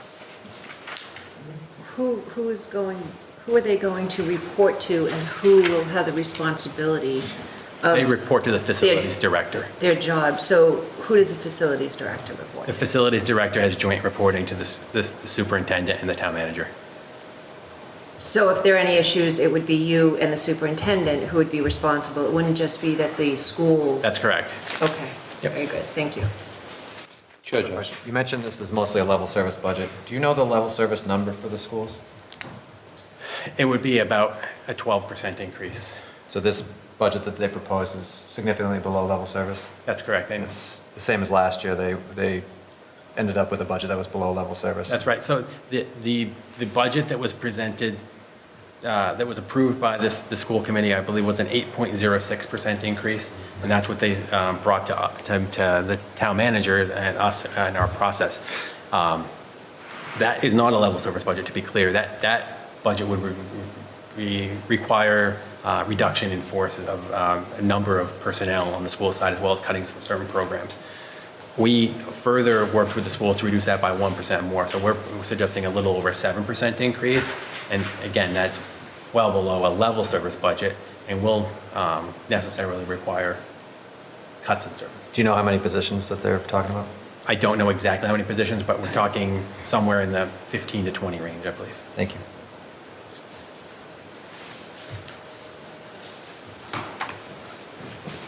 And I was going to say that when I got to the schools, when I got you. So thank you for asking that question. So you see Dedham District Education, 7.7%. That does include facilities, school facilities, so that's why you see it a little bit higher there. And then again, operating capital, you see an increase there. That operating capital is essentially projects that we fund via raise and appropriate that would otherwise have been funded via bonding or free cash. And that also appears in department budgets, but we want to report it out there to make it clear to everyone that we're spending.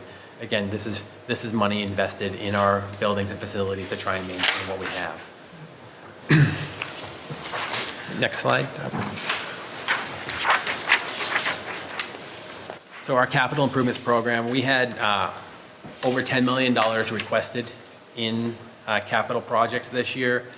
After review with the Capital Expenditure Committee, we're recommending $9.2 million. And I didn't deviate too far from what the Capital Expenditure Committee recommended here.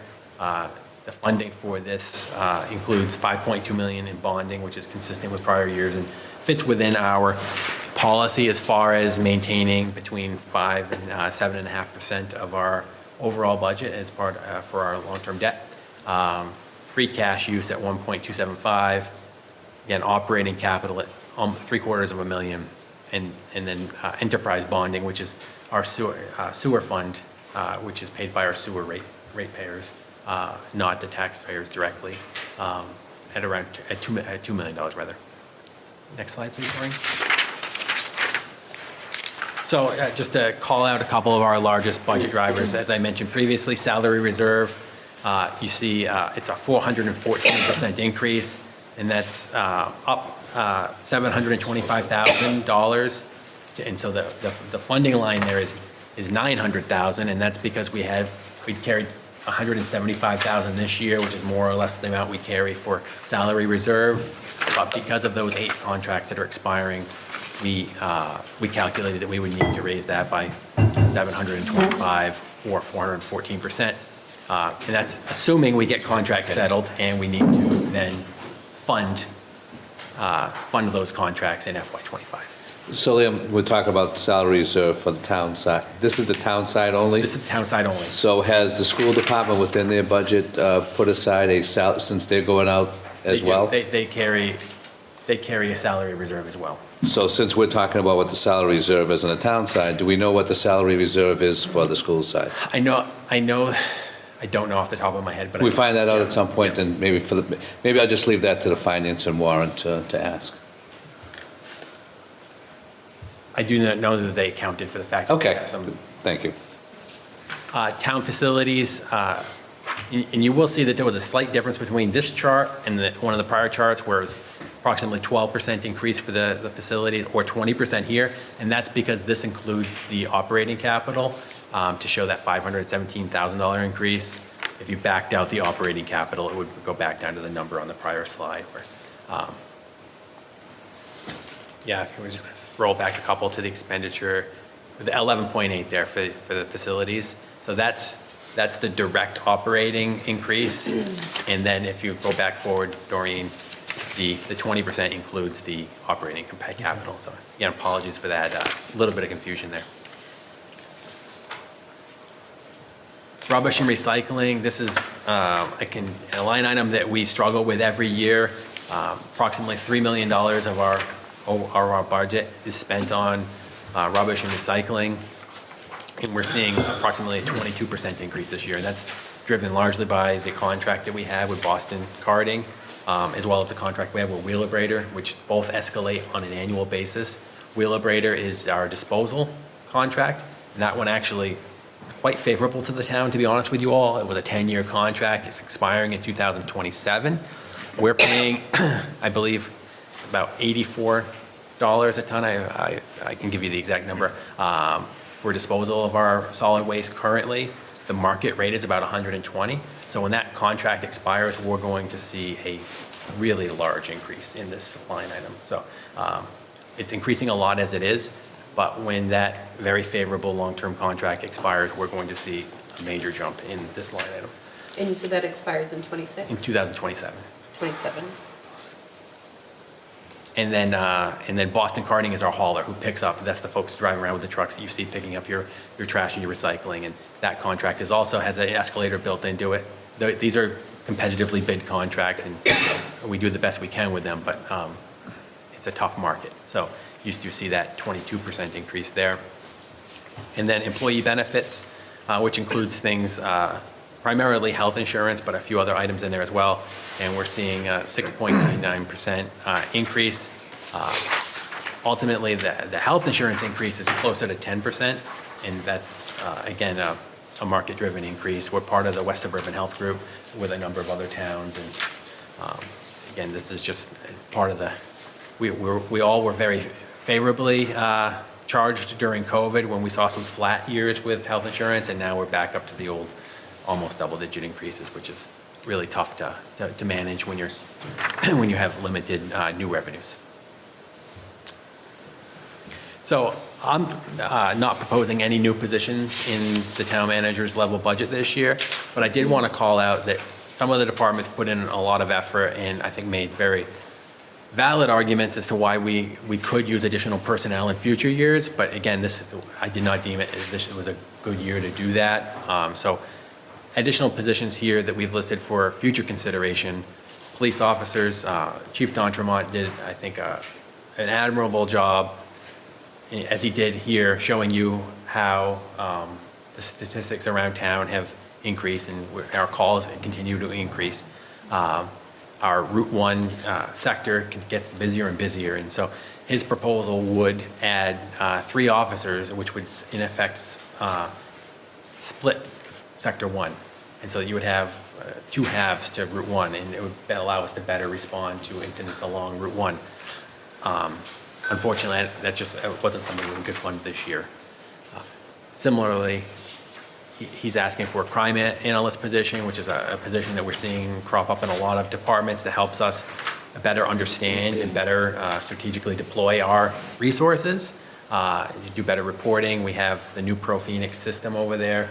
And I think that position would help the department be more efficient in many ways. But again, it wasn't something that we could recommend, but it did make a lot of sense at the review level. Chief Spillane, our fire chief, has asked for 4 firefighters for a number of years. Again, call volume is increasing on the fire side as well. We are below NFPA standards when it comes to the numbers of firefighters that we use to respond to various scenes. And so, addition of 4 firefighters would get us closer to where we need to be. But again, it's a cost item that I didn't think we could we could add to this year's budget, given the other challenges that we face. That's not to say it's not a worthy ask or something to consider future years. Just on that note, the chief is looking into what's called a SAFER grant, which is a grant that's offered through FEMA. That is a grant that I believe pays 75% of the cost of firefighters in the first year, and then it ticks down over a period of 4 or 5 years. And he is contemplating submitting for that grant in the spring of this year for those same 4 firefighters. It wouldn't be approved until next year. So it's certainly something that I think that we should explore and look into. If that's a need that we determine in the town, it would be a way of mitigating the cost, at least in the near years, and bridging that. And we were successful in another community that I worked for in getting one of those for 8 firefighters. And it was a similarly situated town as Dedham, so I think we would have a competitive grant for that. And then just last but not least, we had a lot of discussions over the summer about landscaping and our ability to maintain our landscaping around town. Our new facilities director, Matt Hafner, sees that need as well, and he requested a facilities landscaping position. Unfortunately, we weren't able to fill that, but I think it's definitely a need around town. We could use the extra human resources to meet the needs of the community, but again, it's a cost that I didn't think we could justify. So just a little bit of a deeper dive into the tax levy. We have 3 past year, our current year, 2 past years, and the proposed here. So you can see how we've grown the tax levy over the last several years. And I think this is, again, a reflection of the fact that costs have dramatically increased over the last several years to provide the level of services that our residents expect, and the overall pie has not grown in relation to that, so the portion of the pie that is associated with taxes has grown quicker. Our local receipts have not gone up as fast, our state aid has not gone up as fast, and so here you see the tax levy increasing to pay for those costs of services. The property tax levy that we're proposing for FY25 is almost $116.5 million, which is up $6.8 million from the prior year. It's less than last year's increase, but it's still a little bit bigger than we would hope it to be, or like to be more in that range of we see back in FY22 in that $3 to $4 million range. Happy to answer any questions on that. Go ahead, Josh. The new growth number is, I'm just going to keep hammering away at this concept, but is there any explanation for that? Is that a surprise to you to see how much lower that is? So we have budgeted at 1.1 million for a number of years because that's a conservative good estimate. Occasionally, as you see, you might get a little bit more than that. We bumped it up for FY24. We're tracking a little bit below that, so we brought it back down to where we thought would be a. Are those actuals the other 3 years? You see actuals for FY22 and FY23. You see the budgeted for FY24 because that's the year we're sitting in. So we did bump it up for FY24 to 1.7 based on some assumptions that we had, some big projects that were happening. We'll hopefully be close to that, but it might be a little bit closer than comfort for the finance team going forward. So again, we brought it back down to where we thought would be given some of the financial uncertainty that we see in the town, the high interest rates, the slight decline in development, new building, brought it down a little bit this year. Part of that revision have to do with any projects that were looking like they were going to move forward and then were canceled? Not anything in particular, but every new project helps. Every new project helps. It helps in a lot of ways too, actually. So we charge fees for our building permits based on a value, and then we get new growth too. So new projects are always welcome. But again, Dedham, small land area, largely built out. We don't have as many opportunities as some of the other towns. You're looking at Franklin, some of these towns that have more land area that's undeveloped. their new growth is much higher than ours just because of their ability to expand. Where we do have land, we sometimes make decisions not to develop that land. And then another line I just wanted, yeah, very, very valid point. So levy capacity unused, I think that's an important thing to highlight here as well. You see that if the budget goes forward as proposed in FY '25, we'll have about $1.5 million in unused levy capacity, which is the lowest it's been in recent memory. Based on our long-range financial forecast and our projections, we would be in a difficult position with our budget next year based on that. So we'll, looking at a variety of options, which I lay out on a upcoming slide, there are some options there, but it will be some prioritization that's required by the town. You can go next slide. Average single family. Just to clarify Sure. that point, Mr. Chairman, it's okay. Oh, good. So obviously, it's very possible that next year, to maintain level services, we will need a 2.5 override. It's realistic possibility. That's a realistic possibility, without cutting services or without cutting expenses, yes. Again, I did lay out in some other options. For example, we talked about trash, $3 million. If we form the committee that we've talked about, and that committee were to recommend a pay-as-you-throw, which more than half the municipalities in the Commonwealth are having a pay-as-you-throw, create a enterprise fund for that and have residents pay for their trash, that $3 million could come out of the operating budget and free up $3 million, if you will, for other purposes. And that would be one way of avoiding a 2.5 override next year. It would give us some breathing room. Hopefully, we can then grow the pie through new development, through revising some of our other departmental fees and other income and things of that nature. Someone? No, sorry. I was going to ask, do we have a figure for how much the average resident pays? If it's $3 million in our budget, what does that mean for the average resident? Sorry, I was pointing at Brady without explaining why I was pointing at Brady. I can't say off the top of my head, but we did the calculation. We ran that calculation last year. You know what, I don't want to guess off the top of my head. I'll just say before anything gets rolled out about pay as you throw, Yeah. it'd be really good to know, for residents to know how much they're currently paying in their tax bill on average to cover the trash before anything is talked about in terms of pay as you throw. In some of our comparison communities, for example, like Milton, or even Needham, which has, you see on here, tax bill, average tax bill is about $15,000. You don't get free trash in Needham. You pay and you have to bring it to the transfer station. So it's $2 a bag to throw trash away. So I think we provide a very high level of service for our tax bills here in Dedham.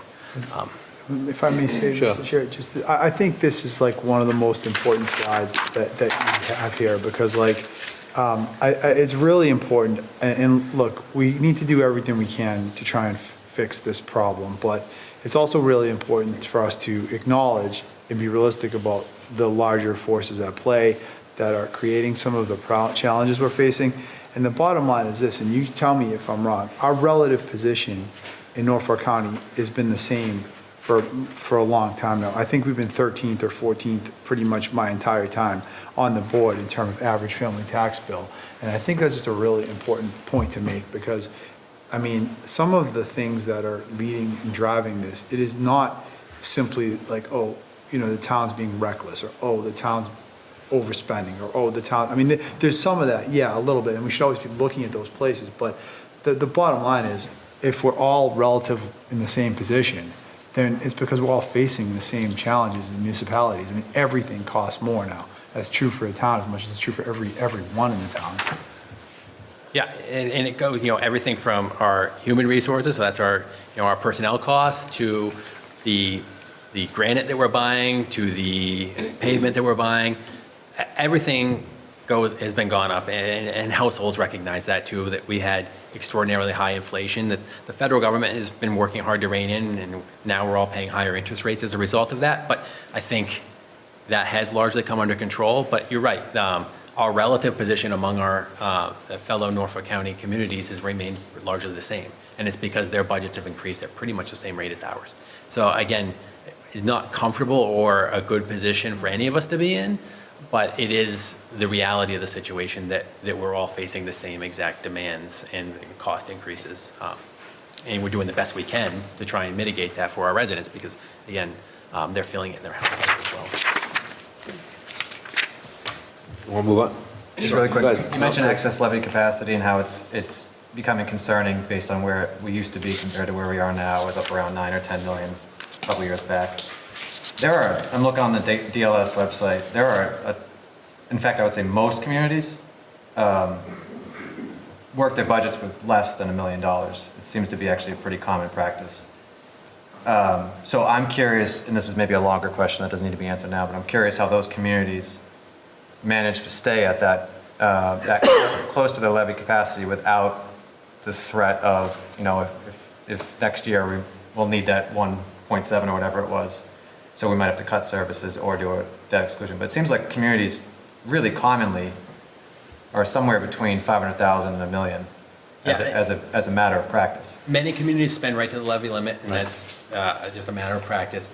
There are also a number of communities, and there's another DLS database that shows all of the override votes. There are communities that program an override vote every 5 years, and then that they build out, and they have, for example, Norwood just did one several years ago, and they have an override stabilization fund that they use to mitigate their increases. I know that the town of Arlington voted one every single, I shouldn't say I know this, but it's my understanding that the town of Arlington voted one every 5 years. They had a long-range strategic plan that said, okay, every 5 years we're going to need an override, and that's how they accomplished that.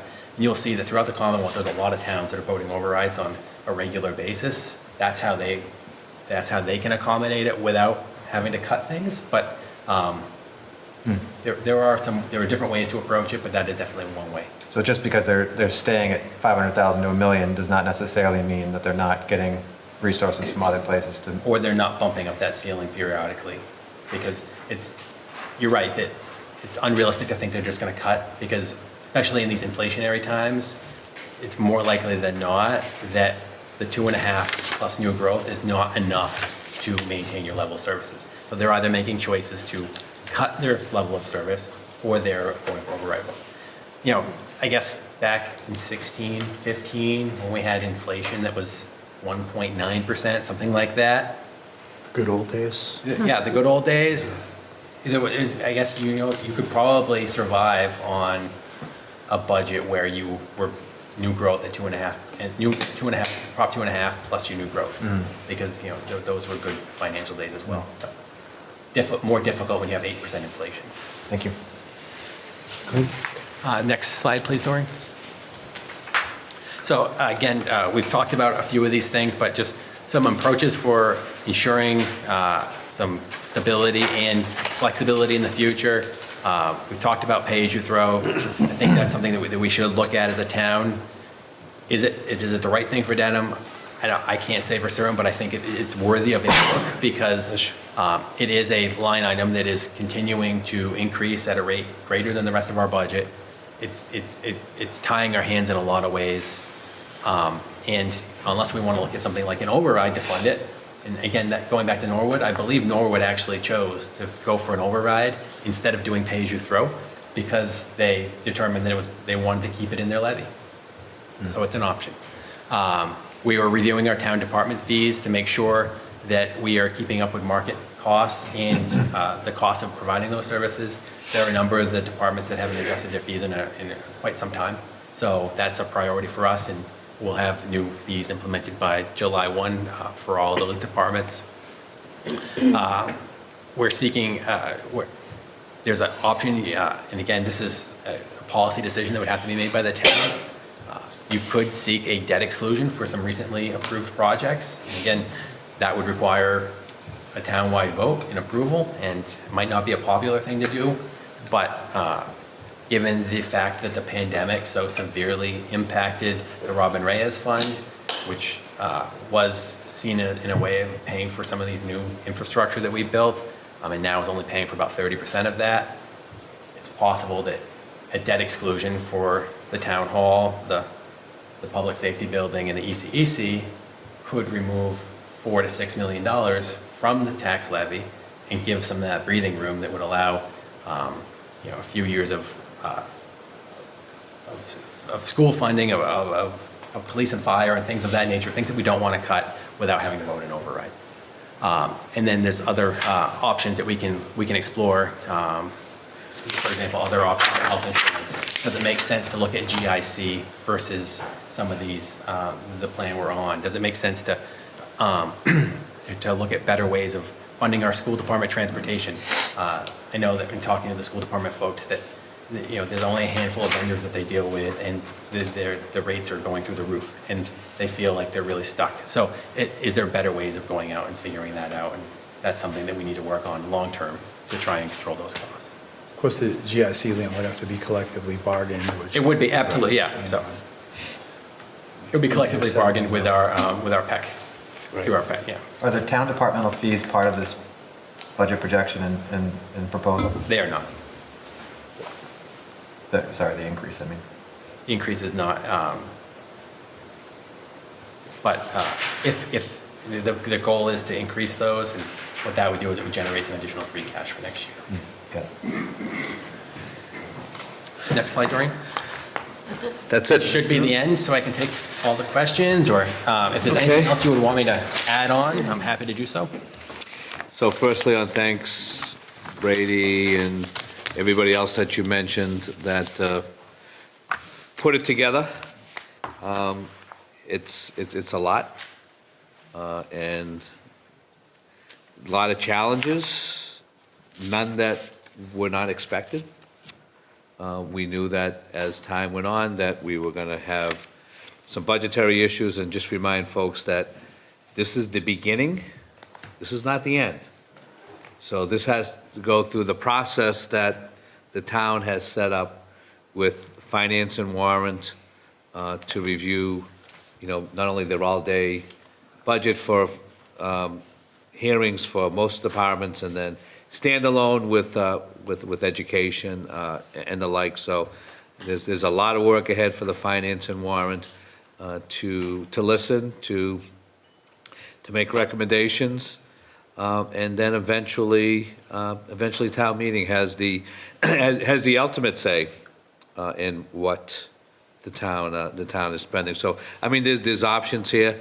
I'm going to hold my comments for a while. I want to hear what others have to say. And Demetria, do you want to start? Yeah, thank you, Mr. Chairman. So, I mean, I agree that this is the beginning point, because when you first read this, it really is not a good picture. And I don't know how much better it's going to get as we continue. I think finance and warrant, you have a lot of work ahead of you to really dig into this, because the increase, though I understand your slide where you talk about how proposed strategic changes, I think there's a lot that needs to be talked about. The one, right off the top, I'd have to say that I'm not interested in personally is seeking a debt exclusion for recently completed capital projects. As far as I'm concerned, town meeting has already spoken and put that on there, and that's our responsibility. So future decisions that are going to be made, they have to be made with that, in my opinion. In reading what you wrote, I'm not sure of the actual differences between the two. I was trying to see what my highlights are. The capital budget, if we could, when it's ready, if we could get a copy of the capital improvement projects, that would be great. It seems like you're following the advice of the Collins report, which I appreciate in reading through this as well. FY25 budget drivers. So that's below the education budget. Now, is there a reason why you wouldn't consider education a budget driver? So that was just on the town side, sorry. I mean, so education is obviously a budget driver, and we discussed that. It's growing faster than the other town departments. And I think they have good reasons to explain why it's growing faster, but that is an overall budget driver. But this, sorry, should have been clear, FY25 town budget drivers are what you see there. Okay. I mean, it is a lot to take in, and I don't know how the average taxpayer can really assume another 7% increase. It's very difficult. It's very difficult to think that way. You have a lot, it's still a blue-collar town, and I understand the drivers, and I understand that education is very expensive, and the services, and what you hear is, I pay a lot for my taxes, and I expect to get these kinds of services, but I don't know how to get the message out there that these services cost a lot of money. Just like when we go to the grocery store, and you're now paying $300 for something that was $150, it's the same way here. So when people email or say, this is, I want this, we really have to be strong, in my opinion, sitting on this side of the table, and I'll talk to Finance and Warren as well too, in what we can do and what we can't do. And we really need to take a look at that. And in the chart, Dr. Teen, you mentioned how we're in the middle, and you are correct that we've always been in the middle, but we're always right below the Medfields and the Westwoods and the Needhams and the Cohasset and the Dover and the Millis and the Brookline and the Wellesley. That's where we sit. And I'm not quite sure. I think there's people that believe that that's where we live. But I wouldn't think there'd be anything wrong to be right around where Norwood and Stoughton was. I'd be really happy with that. And I think a lot of people with their tax bill would be really happy with that as well too. So I totally understand that's where we've been sitting, but I'm not sure I totally agree that that's where we should be sitting. The home evaluations, we're all getting the emails, right? It's a lot of money. So that's it for now. I know that it's the beginning. I appreciate everything, all the work on this. We're having the summit. Is the budget going to be presented there, or a snapshot of it, or? And historically, we leave that up to Finance and Warrant, so we don't use the summit as duplication for the work that they're gonna do. I mean, Finance and Warrant will be on. They can give a brief, overview, but in regard to a deep dive, no. Okay. Thank you. Thank you. Dr. Tan. Thank you.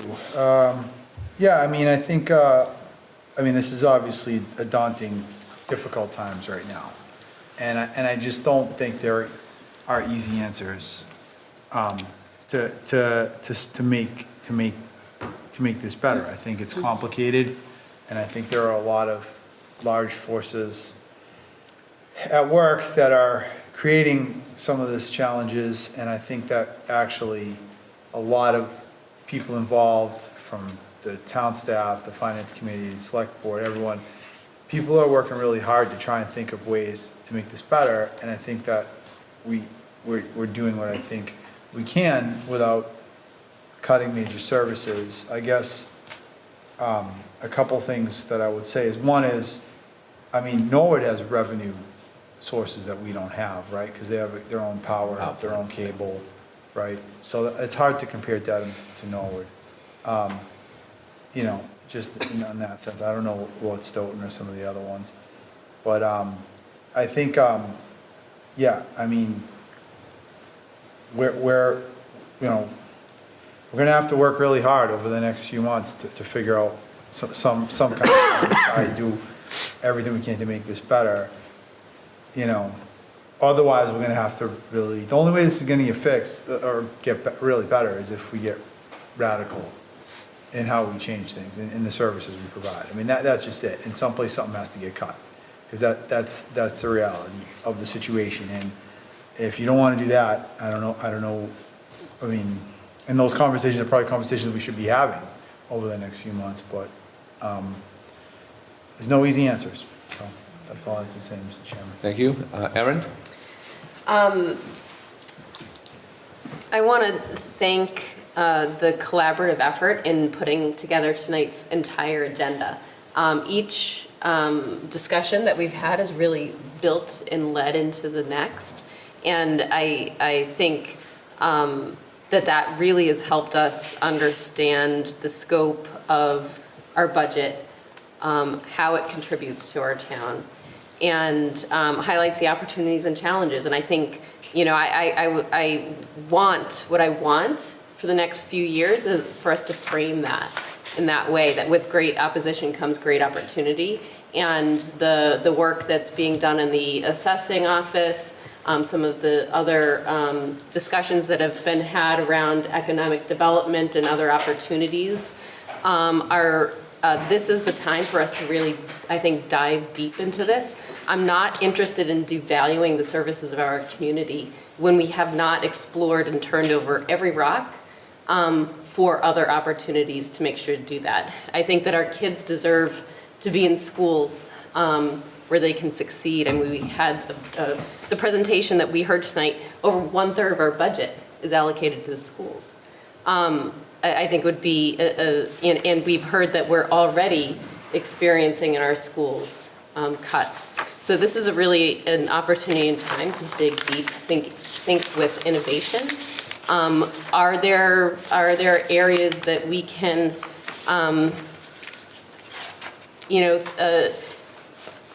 provide our services in new and innovative ways, meeting the needs? It's an opportunity to really think about why and how we provide services. It's a challenging point in time. I think it's important for us to keep in mind that the ability to increase residential taxes, we have a range of income and flexibility within income across our town. So I hope that we continue to push for creative and innovative solutions for that. And it's a big task ahead for everyone over the next few years. I appreciate the existing thought that has gone in, not only in tonight, reflecting all of those many months or years of thought about how we're going to approach the next few years. I'm glad that the town is thinking this way and want to continue to see it moving in that direction. Thanks. Thanks, Evan. Josh?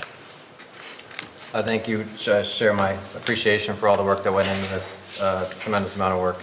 I consider myself a very solutions-oriented person. I really actually can't stand talking about a problem without immediately shifting to a solution. And I'll say that in my 8 years in this town, whether it's candidates for office, people that run departments, whatever it might be, there's constantly a conversation around that we're spending too much, that we need to tighten the belt.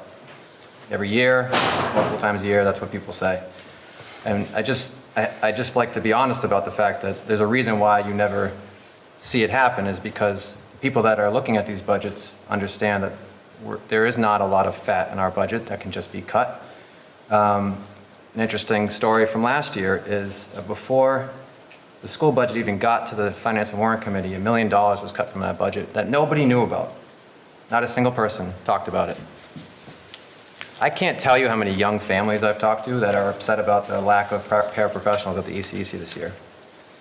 That cut happened before Finance and Warrant. That cut was made by the Budget Subcommittee in order to present a budget that was at least somewhat reasonable. Aaron, you said you want to avoid the point where we're devaluing our services, which I agree with, of course. We already are doing that. We're talking about a cut of 15 staff in our schools at a minimum. We cut a number of them last year.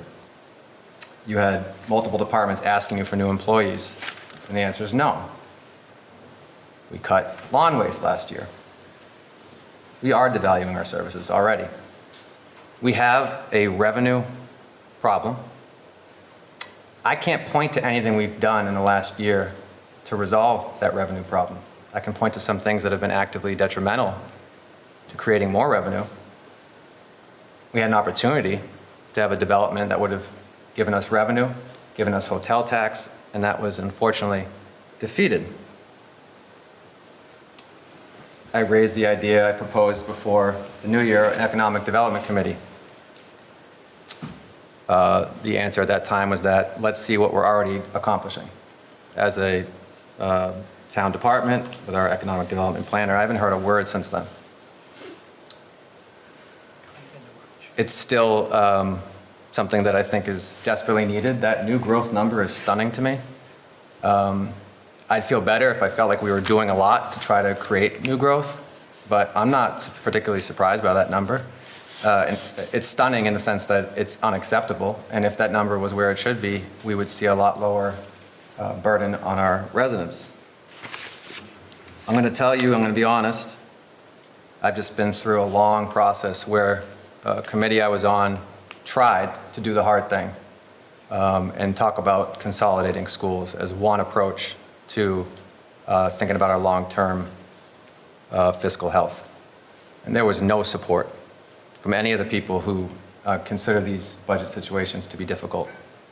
So I look at this pay-as-you-throw program, and it is 100% necessary. But I also have a strong suspicion that as we move forward with it, there'll be lots of complaints.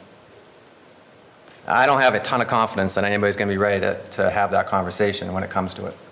I've just lived through that, and it's unfortunately a lot easier to back down when those things happen. But it is absolutely necessary.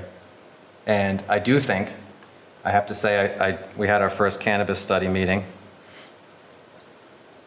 I don't have a lot of faith in that process.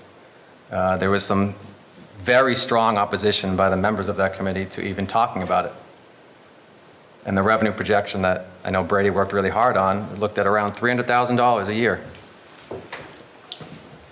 But again, just like many of these things, it's not really seriously considered as an option. So I'm hoping this is the year that we get really serious about trying to look at these things. There are things that can be done. And we need to, I'm so excited about the pilot program idea. Whatever it is, when I see $30,000, I think about a paraprofessional in a classroom. So it's not a small amount of money at all. And we're already cutting. And it's so hard to get people to pay attention at this early stage especially. And we're going to have a conversation, I'm sure, around what needs to be cut more. No one's going to remember that some of this budget has already been cut from level service. This is a below-level service budget. And so I'm not going to tell people that we have a spending problem. I am going to say that we all need to work together to figure out, can we structurally change something? And also that we all need to be doing a lot better in terms of finding other resources to help lift the burden on our residents. And honestly, lift the burden on our commercial industry so that we can maintain, hopefully, our status as a town that is friendly to business and not putting too much of a burden on them, which of course will snowball and lead to even more burden on our residents. So I'm very interested to see what the next couple months looks like. With regards to the Economic Development Committee, I'm going to keep pushing forward with that. I'm hoping that there'll be support from this board and from the town. But I think it's something that, unless I see some evidence that something else is happening, I think that's going to be an essential piece that we add as quickly as possible. That's all I got for now. Thank you. Thanks everybody for their comments. What we have seen in the last few years in the town is not a sustainable increase in taxes, and not a sustainable increase without having some other revenue sources that folks have been talking about, come in. It's always easy when you give somebody everything they want and just move forward. For 3 or 4 years back, Dennis, I'm sure you recall, we had budget increases of 2%, 3%, 2.5%. Level and everything, and that was because of work that the town had done. That was because of positions with additional free cash. And what free cash means is that departments don't spend what they say they're going to spend. And the term free cash is really kind of strange because it's not free. It's the excess money from the previous fiscal years. And you know, and I do believe that when our departments ask for money, it's what they believe they need in order to do the service. What I have seen in some other neighboring communities, and I'll use Newton as an example of a pretty affluent community, rejected a 2.5% increase. And we saw what happened with the city of Newton in the most recent strike by the school teachers. The town saying we don't have the money, the teachers union saying you do have the money, and it's yet to be seen what that's going to look like, you know, at the end. So what concerns me is that, you know, as we get into this next year, the unknown of where our salaries are going to be, because everything is up for new. So it's going to be, I think it's going to be a struggle going through for, you know, to give our employees what they deserve, and what we are seeing throughout our neighboring communities and throughout the Commonwealth of, you know, what our educators deserve and will be asking for, what our police, fire, public works, library, town hall employees, park and recs, everybody, you know, what they deserve, and what increases that we will be selecting and voting for them. And that's going to sort of change where our spending is going to be. I have no clue of where we're going to end up, but I do know it's going to be difficult. You know, I do know that the struggles of our residents is real. While some people can afford the increases, others cannot. And when we talk about, you know, last year at town meeting, we reduced, you know, there was a $500,000 reduced on the education side and $500,000 reduced on the town side for leaf pickup. The town meeting overrode the recommendation of finance and warrant and put the 500 back. But they didn't, but there was no movement to move the additional 500,000 for the town that, you know, some of the people who support everything else in town couldn't get their leaves picked up because we had reduced it. So the choices, so why some people can complain that we don't have, we're not providing the level of service that we did, others, it's a matter of what can we do? How can we afford it? And you know, finance and warrant has, like they do every year, has a monumental task, you know, ahead of you. And I know that they will do what they feel is in the best interest of the town. And it's up to the town meeting to decide, you know, what kind of town do you want? And, you know, it's never easy. I appreciate Josh's points about the levy, $1 million and 500,000. I know particularly the town that's at the top of the list every single year, they go right to the levy limit.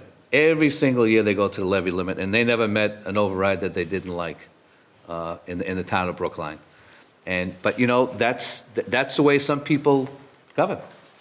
And that's the way in which communities that have an override every 4 or 5 years operate and are able to, you know, to increase that capacity because of the debt exclusion that the community has voted. And we have a debt exclusion that's going to be coming in a year or two for a new school. And that's going to be outside the capacity, you know, through a debt exclusion.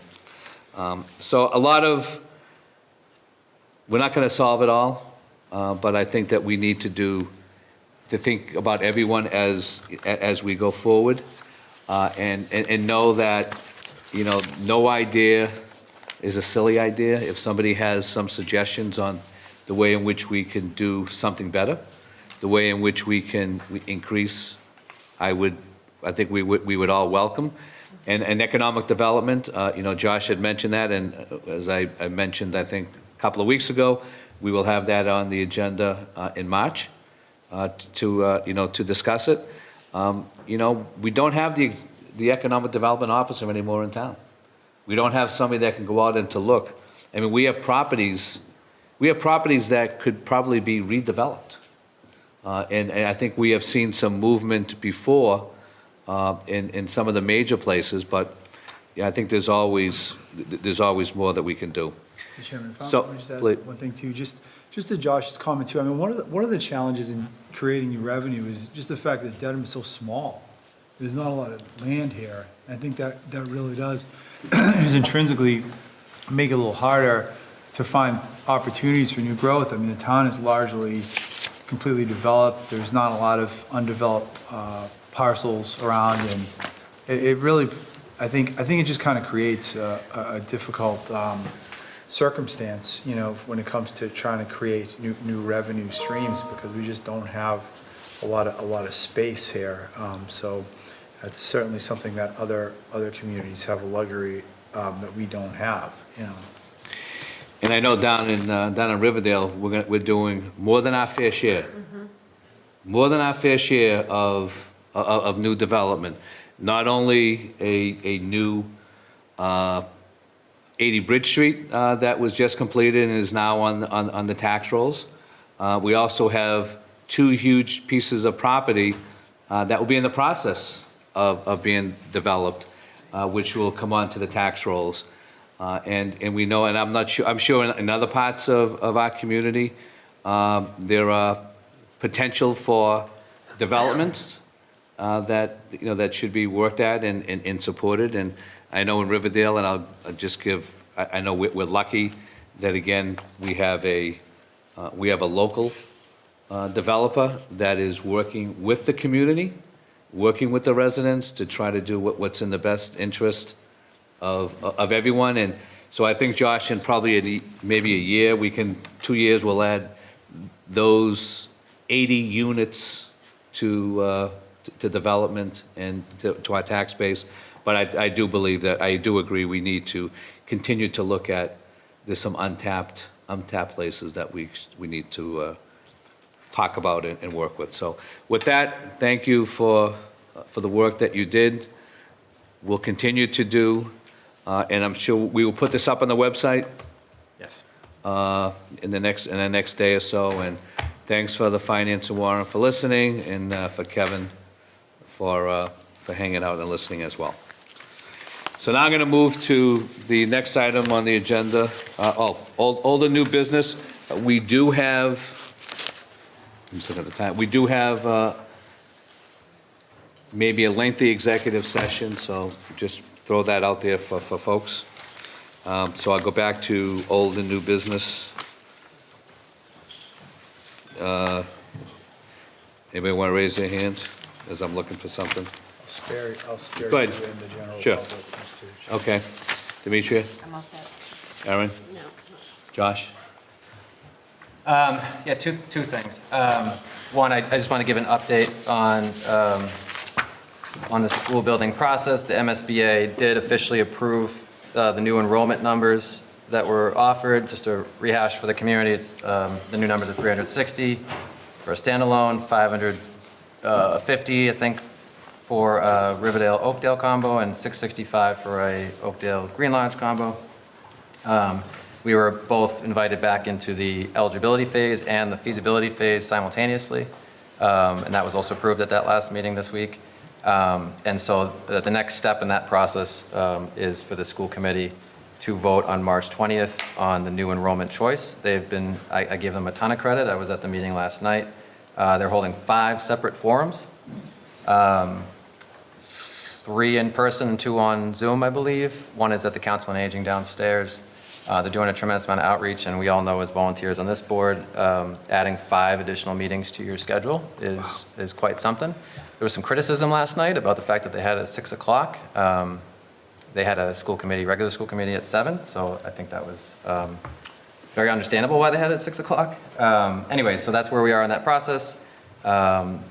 And we're very thankful for the reconsideration from the MSBA to give us this new opportunity to look at the enrollment situation.